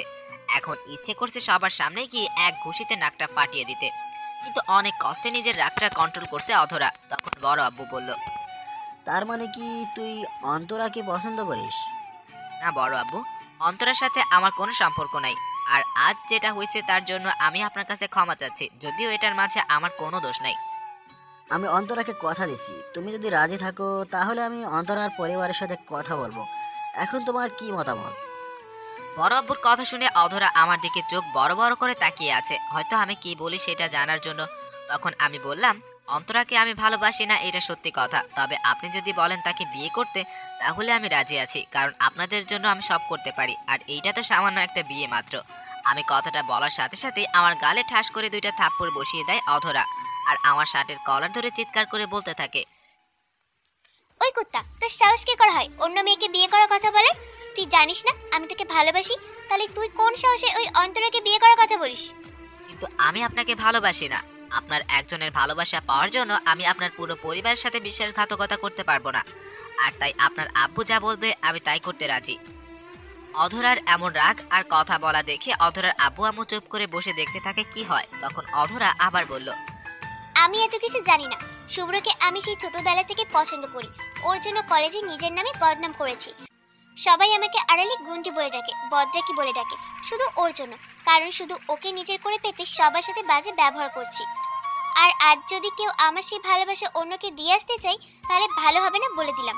যদি আমার ভালোবাসা কারো মেনে নিতে কষ্ট হয় তাহলে আমি আমার ভালোবাসাকে সাথে নিয়ে এখান থেকে দূরে কোথাও চলে যাব, তবু আমি শুভ্রকে হারাতে পারবো না। আর তুই কান খুলে শুনে রাখ শুভ্র, তুই আমাকে ভালোবাসবি কিনা বাসবি সেটা তোর ব্যাপার, কিন্তু আমি তোকে ভালোবাসি আর তুই না চাইলেও সারা জীবন আমার সাথেই থাকতে হবে। আর এর মাঝে যদি কেউ বাধা হয়ে দাঁড়ায় তাহলে তাকে আগে নিজের হাতে খুন করব, তারপর নিজেকে শেষ করে দিব, তবুও তোকে অন্য কারো হতে দিব না। এখন যে যা করতে পারে করে নিক। তারপর কথাটা শেষ করেই অধরার কাউকে কিছু বলার সুযোগ না দিয়েই আমার শার্টের ধরে টানতে টানতে নিজের রুমের দিকে নিতেছে আর আমাকে বলতেছে, কি ভাবছিস আব্বুর সামনে যা খুশি তাই বলবি আর আমি আব্বুর ভয়ে কিছু বলবো না? আয় আমার সাথে, খুব বিয়ে করার শখ তোর তাই না? আজ তোর বিয়ের শখ আমি মিটিয়ে দিব। অধরা আমাকে কলার ধরে টেনে রুমে নিয়ে যাচ্ছে, আর আমি মনে মনে চিন্তা করছি বড় আব্বু কেমন মানুষ, তার এই গুন্ডি রাক্ষসী মেয়েটা তার সামনে চিৎকার করে কতগুলো কথা বললে, অথচ তিনি মুখে কলপ এঁটে বসে আছেন, একটা কথাও বলেননি। মাঝখান থেকে আমি তার এই বাঘিনী মেয়ের শিকার হয়ে গেলাম। জানি না আজকে প্রাণে বেঁচে ফিরি কিনা। যদি বেঁচে ফিরি তাহলে আপনাদের মিষ্টি খাওয়াবো পাঠকরা। আপনারা হয়তো ভাবছেন অধরার আব্বু আম্মু অধরার এমন ব্যবহারে তারা কোনো রিয়াক্ট কেন করলো না। তাহলে চলুন জেনে আসি ভিতরের কাহিনী। অধরা শুভ্রকে নিয়ে রুম থেকে বেরিয়ে আসার পরে অধরার আব্বু আম্মু হাসতে হাসতে গড়াগড়ি খেতে থাকে, কারণ অধরার আব্বু আম্মু আগে থেকেই মনে মনে চাইতো অধরাকে শুভ্রের সাথে বিয়ে দিতে, কিন্তু এতে অধরা রাজি হয় কিনা এটা নিয়েই তারা একটু চিন্তায় ছিল। তবে এখন তারা নিশ্চিত হয়ে যে শুভ্র, কারণ অধরা তাদের একমাত্র মেয়ে, তারা কখনোই চায় না অধরা তাদের ছেড়ে দূরে কোথাও চলে যাক। আর শুভ্রকেও তারা নিজের ছেলের মতোই ভালোবাসে, তাই তারা মনে মনে চিন্তা করে তাদের দুজনকে বিয়ে দিয়ে এক করে দিয়ে নিজেদের কাছেই রেখে দিবে। এদিকে অধরা আমাকে টেনে তার রুমে নিয়ে আসে, আর আমাকে রুমে এনে একটা ধাক্কা মেরে ওর বিছানায় ফেলে দিয়ে রুমের দরজাটা বন্ধ করে দেয়।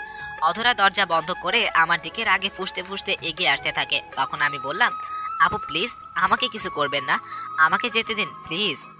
আমি কথাটা বলতে বলতে অধরা এসে আমার মুখ টিপে ধরে আর রাগী কণ্ঠে বলল, আমার কাছে আসতেই তোর খালি যেতে ইচ্ছা হয় কেন? আমাকে ছেড়ে কোথায় যেতে চাস? ওই অন্তরা শাকচুনির কাছে? না আপু, আমি অন্তরা আপুর কাছে কেন যাব? আর আপনি আমাকে সবার সামনে থেকে এইভাবে টেনে আনাটা একদম ঠিক হয়নি। সবাই এখন আমাদের নিয়ে কি ভাববে? আমি কথাটা বলার সাথে সাথে অধরা আমাকে ঠাস করে 2টা থাপ্পড় মারে, তারপর রাগী সুরে বলল, কুত্তা, আজ বাদে কাল তোর বউ হবো আমি, আর তুই বারবার আমাকে আপু ডাকছিস কেন? নিজের হবু বউকে আপু ডাকতে লজ্জা করে না? এই আপনি কথায় কথায় এত মারেন কেন? ইস, আপনার হাতে থাপ্পড় খেতে খেতে আমার চাপার দাঁতগুলো নড়ে গেছে। আমার কথা না শুনলে তোকে শুধু থাপ্পড় কেন, তোকে তো আমি নিজের হাতে খুন করতে দুবার ভাববো না। ও আল্লাহ, আপনার যে জামাই হবে তার জীবনে সুখ নামে কোনো বস্তু থাকবে না। আপনি কথায় কথায় এত মারেন কেন? ইস, আপনার হাতে থাপ্পড় খেতে খেতে আমার চাপার দাঁতগুলো নড়ে গেছে। আমার কথা না শুনলেই তোকে শুধু থাপ্পড় কেন, তোকে তো আমি নিজের হাতে খুন করতে দুবার ভাববো না। ও আল্লাহ, আপনার যে জামাই হবে তার জীবনে সুখ নামে কোনো বস্তু থাকবে না। আপনার অত্যাচারে তার জীবনটা পুরো তেজপাতা হয়ে যাবে, এটা নিশ্চিত। আমার কথা শুনে অধরা আমার শার্টের কলার ধরে টেনে আমার মুখটা তার মুখের কাছে নিয়ে আসে আর গম্ভীর সুরে বলল, আমার জামাই কি হবে মানে কি? আমার জামাই তো তুই হবি, আর তেজপাতা করলে তোর জীবনটাই করব, আর ভালোবাসে ভরিয়ে দিলে তোর জীবনটাই দিব, সেটা নিয়ে তোকে ভাবতে হবে না। ওইসে, আপনার সব ফালতু কথা রাখেন, আমাকে যেতে দিন। কি আমি ফালতু কথা বলি? আর তোকে যে কারণে রুমে নিয়ে আসলাম সেটা তো হলো না, তাহলে তোকে কি করে যেতে দিই? আগে তো শাস্তিটা দিয়ে নি। অধরার কথা শুনে একটু ভয় ভয় লাগছে, জানি না পাগলিটা এখন আবার আমার সাথে কি করে। তখন আমি বললাম, আমি কি করছি যে আপনি আমাকে শাস্তি দিবেন? আমার সামনে দাঁড়িয়ে অন্য মেয়েকে বিয়ে করার কথা বলেই তোর সবচেয়ে বড় অপরাধ, আর এটার জন্য তোকে শাস্তি পেতেই হবে, কঠিন শাস্তি। হ্যাঁ, বিয়ে? কি আমি ইচ্ছে করে করতে চাইছি নাকি যে আমি এটার জন্য শাস্তি পাবো? আপনার আব্বুই তো অন্তরাকে বলছে ওদের পরিবারের সাথে কথা বলবে, সেইখানে যদি আমার মতামত চাওয়া হয় তাহলে আমি রাজি না হয়ে কি করব? আর আমি কোনো দিন আপনার আব্বু আমার মনে কষ্ট দিতে পারবো না। আমি এত কিছু জানি না, আমি সেই ছোটবেলা থেকে তোকে নিয়ে স্বপ্ন দেখে আসছি, মনে মনে তোকে ভালোবেসে আসছি, কিন্তু তুই আমার ছোট হওয়ার জন্য মুখ ফুটে বলতে পারিনি। আর এখন যখন আমি তোকে বলেছি যে আমি তোকে ভালোবাসি, আর সেটা জানার পরও যখন তুই অন্যের কথায় বিয়েতে রাজি হয়ে যাস, তাহলে সেটা তোর জন্য শাস্তিযোগ্য অপরাধ, আর সেটার জন্য তোকে শাস্তি পেতেই হবে, নাহলে তোকে এখান থেকে কোথাও যেতে দিব না। অধরার কথা শুনে এটা বুঝতে পারলাম এই মেয়ে কিছু একটা না করে আমাকে এখান থেকে ছাড়বে না, শাস্তি কিছু না কিছু দিবেই। তখন আমি বললাম, তা কি শাস্তি দিবেন আমাকে? আমার কথা শুনে অধরা মুচকি হেসে দেয়, তারপর আমার হাসিটা আড়াল করে মুখের মাঝে রাগের একটা ভাব নিয়ে আসলো। তোর জন্য আজ সারাটা দিন আমি না খেয়ে আছি, তোকে নিয়ে কত চিন্তা করছি, এখন আমার শরীরটা দুর্বল লাগছে, তার জন্য তোর ওই গোলাপি ঠোঁটের স্বাদ নিয়ে শরীরটা একটু চাঙ্গা করব, আর যতক্ষণ পর্যন্ত আমার স্বাদ না মেটে ততক্ষণ পর্যন্ত তুই কোথাও যেতে পারবি না, আর এটাই হলো তোর শাস্তি। এমন কথা শুনে এক লাফ দিয়ে অধরার পাশ থেকে উঠে অন্য পাশে চলে যাই, কারণ আমি জানি অধরার যদি একবার সুযোগ পায় তাহলে আমার ঠোঁটের 12টা বাজিয়ে ছাড়বে, আর সেই সুযোগ তাকে কোনোভাবেই দেওয়া যাবে না। তখন আমি বললাম, না, এই শাস্তি আমি মানি না, একে তো কোনো অন্যায় করিনি, তার উপর আপনার এমন শাস্তি আমি মানতে পারবো না, এটা ছাড়া অন্য যে কোনো শাস্তি দেন সেটা আমি করব। আমার কথা শুনে অধরা কিছুক্ষণ আমার চোখের দিকে তাকিয়ে কি যেন ভাবে, তারপর মুচকি হেসে বলে, এটা ছাড়া আমি যা বলবো সেটা করবি তো? আর যদি না করিস তাহলে কিন্তু আমার আগেরটাই মানতে হবে। বলেন, ওটা ছাড়া যা বলবেন তাই করব। তাহলে আজ সারা রাত আমার সামনে এক পায়ে কান ধরে দাঁড়িয়ে থাকবি, এটাই তো শাস্তি। অধরার কথা শুনে আমি অবাক হয়ে যাই, কারণ সারা রাত এক পায়ে কান ধরে দাঁড়িয়ে থাকা কি করে সম্ভব, আর আমার জন্য তো একেবারেই অসম্ভব। আমি জানি এটা অধরা ইচ্ছে করে করছে যাতে আমি এটা করতে না পারি, আর ও আমার ঠোঁটের 12টা বাজাতে পারে। আমিও না সোরবান্দা রাগ করে বললাম, আচ্ছা ঠিক আছে, দরকার পড়লে সারা রাত কান ধরে দাঁড়িয়ে থাকবো, তাও আপনার কথা মানবো না। এই না হলে আমার জুনিয়র বর, একটু রাগ না থাকলে কি চলে নাকি? এবার শুরু করো, দেখি কেমন জোর আছে। আমি আর কোনো কথা না বলে এক পা তুলে কান ধরে দাঁড়িয়ে থাকি, আর মনে মনে অধরার গোষ্ঠী উদ্ধার করতে থাকি।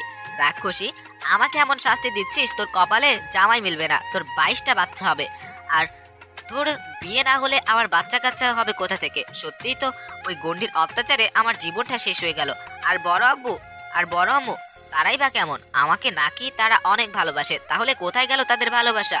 যখনই এই গুন্ডি মেয়ে তাদের সামনে থেকে কলার ধরে নিয়ে আসছে তখন তো চুপ করেছিল, আমি যখন মনে মনে সবার উপর নিজের রাগ ঝাড়ছে ঠিক তখনই কে যেন দরজায় টোকা দিল। তখন রুমের ভিতর থেকে অধরা এক রাশ বিরক্ত নিয়ে বলল, এই কে এভাবে বিরক্ত করছে?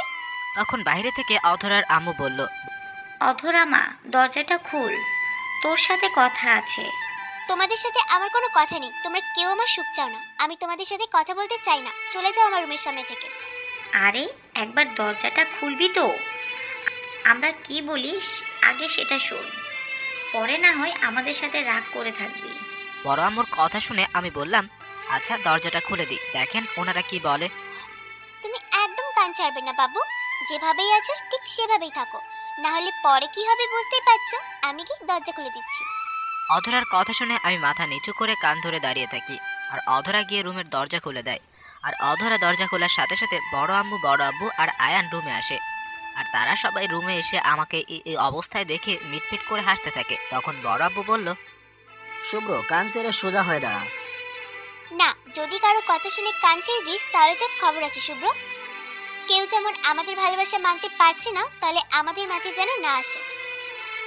অধরার কথা শুনে অধরার আব্বু আম্মু দুজনেই মুচকি আসে। তখন অধরার আম্মু মিষ্টি হেসে বলল, নিজের হবু জামাইকে কান ধরিয়ে রাখতে তোর লজ্জা করছে না?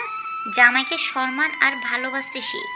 বড় আম্মুর কথা শুনে অধরা যেন নিজের কানকে বিশ্বাস করতে পারছে, কারণ তার আব্বু আম্মু এত সহজে বিষয়টা মেনে নেবে সে কখনো কল্পনাও করতে পারেনি। আর এইদিকে আমার অবস্থা যায়, কারণ এই গুন্ডি যদি আমার বউ হয় তাহলে আমি নিশ্চিত ওর হাতেই আমার মৃত্যু অনিবার্য। তখন অধরা বলল, আম্মু, তোমরা শুভ্রকে মেনে নিচ্ছ আমার জন্য? মেনে নিব কি আবার? আমার তো অনেক আগে থেকেই শুভ্রকে তোর জন্য মনে মনে ঠিক করে রেখেছিলাম, কিন্তু তুই এতে রাজি কিনা সেটাই চিন্তা ছিল। অধরা ওর আম্মুর কথা শুনে খুশিতে ওর মা বাবাকে জড়িয়ে ধরে কান্না করে দেয়। তাকে দেখে মনে হচ্ছে আজ সে পৃথিবীর সবচেয়ে সুখী মেয়ে। কিন্তু এইদিকে আমার মনে হচ্ছে এতদিন বাঁচার যতটুকু আশা ছিল সব এক মুহূর্তে শেষ হয়ে গেল। মনে মনে চিন্তা করছি এই গুন্ডিকে বিয়ে করা আর নিজের ইচ্ছায় গলায় দড়ি দেওয়া সমান কথা, তবে মরবো যেহেতু বাঁচার জন্য না হয় আন্দোলন করেই মরি। তখন আমি বললাম, বড় আম্মু, আমি তোমাদের কথায় মরতে রাজি আছি, কিন্তু তোমাদের এই গুন্ডি মেয়েকে বিয়ে করতে পারবো না। আমি কথাটা বলেই একবার সবার দিকে তাকাই, তখন দেখি আমার কথা শুনে অধরার মা বাবা মিটমিট করে হাসতেছে আর অধরা আমার দিকে অগ্নি দৃষ্টিতে তাকিয়ে আছে। তখনই অধরা বলল, ওই শুভ্র, কি বললি তুই? আরেকবার বলতে শুনি। দেখুন আপু, কথায় কথায় এত ভয় দেখাবেন না। আর আমি আপনার ছোট হয়ে কি করে আপনাকে বিয়ে করি? তার থেকে বড় কথা আমার সাথে আপনার যায় না। আপনি আমার চাইতে অনেক ভালো কাউকে ডিজার্ভ করেন। আমার কথা শুনে অধরা কতক্ষণ চুপ করে তাকিয়ে থেকে কি যেন ভাবে। তারপর অধরা ওর আব্বুকে উদ্দেশ্য করে বলে, আচ্ছা, শুভ্র যদি আমাকে বিয়ে করতে রাজি হয় তাহলে কবে আমাদের বিয়ে হবে? তুই শুভ্রকে নিয়ে যেই অবস্থা শুরু করছিস, আমি চাই না এরকম আর কোনো ঘটনার সৃষ্টি হোক। তাই শুভ্র যদি রাজি থাকে তাহলে কালকেই একদম ঘরোয়াভাবে তোদের বিয়েটা করিয়ে দেবো। পরে যখন শুভ্র লেখাপড়া শেষ করে নিজের প্রতিষ্ঠিত হবে তখন না হয় বড় করে একটা অনুষ্ঠান করে সবাইকে তোদের বিয়েটা জানিয়ে দেবো। এখন সব নির্ভর করছে শুভ্রের মতামতের ওপর। আমরা শুভ্রকে নিজের সন্তানের মতো আদর করে বড় করেছি বলে তার উপর কোনো সিদ্ধান্ত চাপিয়ে দিব না। শুভ্রের যে কোনো সিদ্ধান্ত আমরা মেনে নিব। বরাবর কথা শুনে নিজের অজান্তেই চোখ দিয়ে দুফোঁটা পানি গড়িয়ে পড়ে। আসলে তাদের সাথে যদি জীবনে কখনো দেখা না হতো তাহলে হয়তো কখনো জানতেই পারতাম না যে পৃথিবীতে এখনো এত ভালো মানুষ আছে। সত্যি আল্লাহ যা করেন মানুষের মঙ্গলের জন্যই করেন, না হলে আমার মতো একটা এতিম ছেলে না চাইতেও আল্লাহ এত কিছু দিয়েছে। হয়তো যাদের মা বাবা আছে তারাও এত কিছু পায় নাই। আমি হয়তো মা বাবার আদর পাইনি, কিন্তু তারা আমাকে এত আদর ভালোবাসা দিয়েছে যা নিজের মা বাবার ভালোবাসার কথা খুব একটা মনে পড়ে না। আবার এখন এমন একজন মানুষ আমার জীবনে নতুন করে আসতে যাচ্ছে যে কিনা আমাকে তার নিজের চাইতেও বেশি ভালোবাসে। আমার জন্য যে একটাই পুরো পৃথিবীর সাথে লড়াই করতে পারে। সত্যি অনেক ভাগ্যবান আমি, অনেক অনেক ভাগ্যবান। আমি যখন মনে মনে এসব চিন্তা করছি তখন অধরা বলল, আম্মু, তোমরা সবাই একটু বাইরে যাও, আমি তোমাদের জামাইকে রাজি করে নিয়ে আসছি। কথাটা বলেই অধরার মা বাবা মুস্কি হেসে ঘর থেকে বেরিয়ে যায়। আর তখন অধরা গিয়ে রুমের দরজাটা আটকে দিয়ে মুস্কি হেসে আমার দিকে এগিয়ে আসতে থাকে। তখন আমি বললাম, আপু প্লিজ সামনে আসবেন না, না হলে আমি চিৎকার করব। একটু মজা করে বললাম, কারণ আমি বুঝে গেছি এই গুন্ডিটাই আমার গলায় ঝুলবে, তাহলে একটু মজা নিয়ে নেই।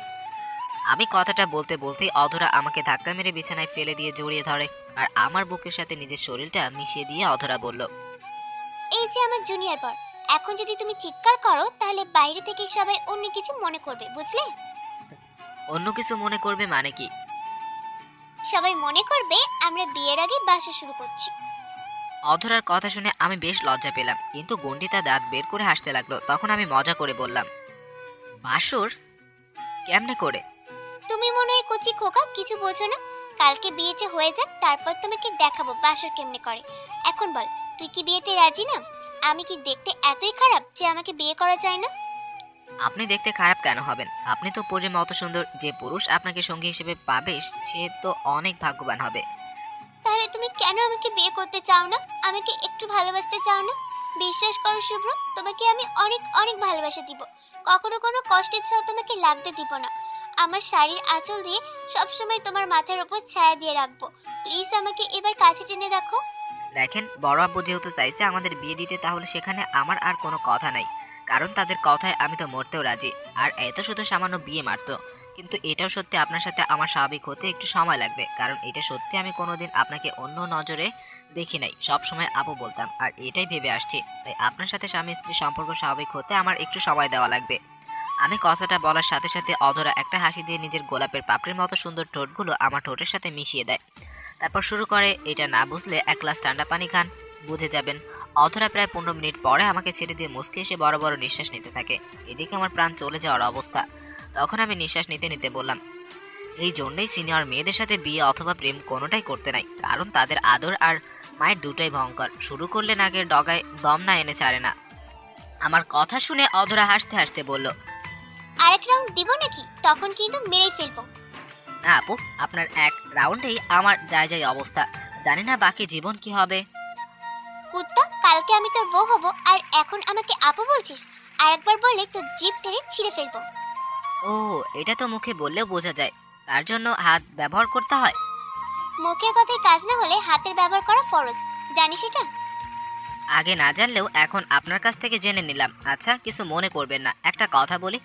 আমি মাঝে মাঝে কনফিউজ হয়ে যাই, আপনি তো গুন্ডি মেয়ে, যে কথায় কথায় মারেন, তাহলে মাঝে মাঝে এত রোমান্টিকতা কোথা থেকে আসে আপনার মাঝে? আমার কথা শুনে অধরা হাসতে হাসতে বলল, এতদিন সিনিয়র গুন্ডি মেয়ের ভালোবাসা দেখছিস, এবার গুন্ডি বইয়ের ভালোবাসা দেখবি। আর অত্যাচারে দেখেছিস কি, এখন দেখবি গুন্ডি বইয়ের রোমান্টিক অত্যাচার। এখন বেশি কথা না বলে চল আমাদের মতামত জানিয়ে আসি। চলেন শুভ্র, চলো বাবা চলো। এতদিন গুন্ডি মেয়ের অত্যাচার সহ্য করছিস, এবার গুন্ডি বউয়ের অত্যাচার সহ্য কর। কি বললি তুই? আমি গুন্ডি বউ? বেশি বললে এখনই কিন্তু শুরু করব। না না, আপনি তো লক্ষ্মী, শান্ত, ইনোসেন্ট একটা মেয়ে। দেখছেন কত বড় হারামি, নিজেই বলে গুন্ডি বউ হবে, আবার আমি বললেই তেলে বেগুনে জ্বলে ওঠে। তারপর আমি আর অধরা মিলে অধরার আব্বু আম্মুর রুমে যাই। সেখানে গিয়ে আমাকে দাঁড় করিয়ে অধরা সবকিছু গড়গড় করে বলতে থাকে। জীবনে প্রথম দেখলাম কোনো মেয়ে নিজের বিয়ের কথা নিজেই আলোচনা করতে, আমাকে আগে থেকে কড়াভাবে হুঁশিয়ারি করে। তারপর আমি আর অধরা মিলে অধরার আব্বু আম্মুর রুমে যাই। সেখানে গিয়ে আমাকে দাঁড় করিয়ে অধরা সবকিছু গড়গড় করে বলতে থাকে। জীবনে প্রথম দেখলাম কোনো মেয়ে নিজের বিয়ের কথা নিজেই আলোচনা করতে, আমাকে আগে থেকেই কড়াভাবে হুঁশিয়ারি করা হয়েছে যে সব কথা শুধু হ্যাঁ হ্যাঁ করতে হবে, একদম না শব্দ উচ্চারণ করা যাবে না। তাই আমি খাম্বার মতো দাঁড়িয়ে কথায় কথায় শুধু মাথা নাড়িয়ে করি। মানুষ বলে বিয়ের পর ছেলেরা পরাধীন হয়ে যায়, কিন্তু আমি তো শালার বিয়ের আগেই পরাধীন হয়ে গেলাম। চোখের সামনে ভাসতেছে আমার অন্ধকার জীবন। তারপর পরিবারের সবাই মিলে সিদ্ধান্ত নেয় কালকে একদম ঘরোয়া পরিবেশে বিয়েটা হবে। আমিও কোনো কথা না বলে শুধু হ্যাঁ বলে দেই। তারপর সেখান থেকে কথা বলা শেষ করে নিজের রুমে চলে আসি। আমি রুমে শুয়ে শুয়ে কালকে কি হবে সেটা নিয়ে ভাবছিলাম। আসলে আমার জীবনে আজ অব্দি যা কিছু হয়েছে সবকিছুই হঠাৎ করে হয়েছে, কোনো কিছু প্ল্যানিং করে হয় না। তবে আল্লাহর উপর এতটুকু বিশ্বাস আছে, তিনি যা করবেন অবশ্যই আমার ভালোর জন্যই করবেন। আমি যখন শুয়ে শুয়ে নানান চিন্তা করছি, তখনই অধরা আমার রুমে চলে আসে আর এসে বলল, জি মশাই, শুয়ে শুয়ে এত কি ভাবছেন? আজকে রাতটা কষ্ট করে এখানে কাটিয়ে দেন, কালকে থেকে দুজনের রুম একটাই হবে। কিছু ভাবছি না, আপনি এখন যান, আমি ঘুমাবো। ঘুমাও, আমিও গিয়ে ঘুমাই, কালকে আবার রাত জাগতে হবে। জান তো, খালি ফাইজলামি করেন।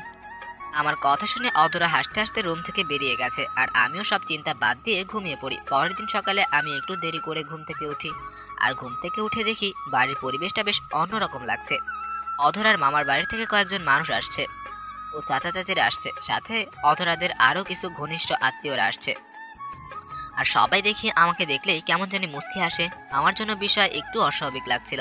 তবে সব থেকে বড় কথা, ঘুম থেকে উঠে আজকে অধরাকে দেখিনি আর আমি ইচ্ছে করে তার রুমে যাই নাই দেখা করতে। আর এভাবেই সারাদিন টুকটাক ব্যস্ততার মাঝে দিনটা পার হয়ে রাত নেমে আসে।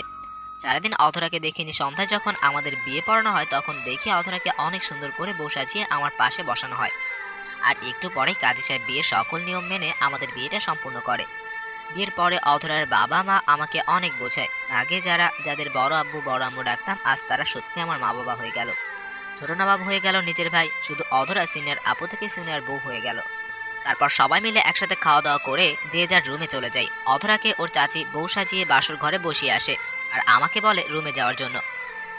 তারপর আমি বেশ কিছুক্ষণ পরে আস্তে আস্তে অধরার রুমে প্রবেশ করি। আসলে নিজের কাছে কেমন যেন লাগছিল অধরার রুমে প্রবেশ করতে, তবুও বুকের সাহস নিয়ে ঢুকলাম। আর রুমে গিয়ে দেখি অধরা লম্বা একটা ঘুমটা টেনে খাটের মাঝখানে বসে আছে। আমি রুমে প্রবেশ করতে সে খাট থেকে নেমে আসে, আমাকে সালাম করে, আবার গিয়ে ঘুমটা টেনে বসে পড়ে। এই মুহূর্তে আসলে আমার কি করা উচিত ঠিক বুঝতেছি না। ইচ্ছে করছে দরজা ভেঙে পালিয়ে যাই, তখন খাটে না বসে চেয়ারের উপর বসে পড়ি। আর এইটা দেখে অধরা বলল, এই তুমি এখানে কেন বসলে? আমার কাছে এসে ঘুমটা তুলে দেখ কেমন লাগছে আমার। প্লিজ আমাকে মাফ করে, আমি এইসব পারবো না। এই রুমে আমার জানি কেমন কেমন লাগছে, মনে হচ্ছে দম বন্ধ হয়ে আসবে। আপনি বরং শুয়ে পড়ুন, আমি আমার রুমে চলে যাই। আসলে অধরাকে বউ হিসেবে ভাবতে আমার কেমন যেন লাগছিল। আমি যখন এই কথা বলার রুম থেকে বেরিয়ে আসতে যাব, ঠিক তখনই অধরা পিছন থেকে আমার পাঞ্জাবির কলার ধরে টেনে বিছানায় শুইয়ে দেয় আর নিজে আমার উপর শুয়ে রাগী কণ্ঠে বলে, আজকের রাতটা আমার কাছে অনেক স্পেশাল। তোমাকে নিয়ে অনেক স্বপ্ন দেখেছি আজকের এই রাতটা ঘিরে। আমি আজকে আমার পূর্ণ স্ত্রী মর্যাদা চাই, কোনো ছাড় দিব না। আর যদি কোনো রকম উল্টোপাল্টা করো তাহলে কিন্তু খবর আছে। আমি কিন্তু একটু সময় চাইছি। তোমার যত সময় দরকার তুমি কালকে সকালে নিও, কিন্তু এখন কোনো সময় দেওয়া যাবে না। এখন আমার দ্বারা কিছু করা সম্ভব না, আমি কিছু করতে পারবো না। আমার দ্বারা সব সম্ভব, আর যা করার আমি করব, তুমি জাস্ট দেখো। তখন দেখলাম অধরা হাতে মোবাইল নিয়ে কাকে যেন কল দিচ্ছে। আর একটু পরে কল রিসিভ হতেই দেখি এটা তো অন্তরা। অধরা ওকে ভিডিও কল দিছে। তখন অধরা অন্তরাকে বলল, এই দেখ, আমার ভালোবাসা আমি নিজে করে নিচ্ছি। আজকে থেকে শুভ্র আমার স্বামী আর আমি ওর স্ত্রী। এরপর যদি তোকে ওর আশেপাশে দেখি তাহলে তোকে জানে মেরে ফেলবো। এখন আমরা বাসর করব, কালকে কলেজে আসিস। আজ রাতে শুভ্রের সাথে কি কি করি তোকে সব বলবো। একটা কথা মনে রাখিস, जो चीज मेरी है उसमें किसी का हक तो क्या नजर तक मुझे बर्दाश्त नहीं है। কথাটা বলেই কলটা কেটে দিল। অন্তরাকে কিছু বলার সুযোগ দেই নাই। তখন আমি বললাম, এখন কি করবে? এই যে পাঠক পাঠিকারা অনেক তো পড়েছেন, এবার বাড়ি যান। আমি একটু আপনাদের শুভ্র সাহেবের ক্লাস নিব, পরে আবার দেখা হবে। আর এই বেটা আকাশ, তুই তো অনেক লিখছিস, এবার বন্ধ কর লেখা। বাসরতের কথা লিখবি নাকি বেটা ফাজিল? তোর গল্প পড়ে কেউ কমেন্ট করে না, তাহলে লিখিস কেন? এখন লেখা বন্ধ কর, আমি বাসর করব।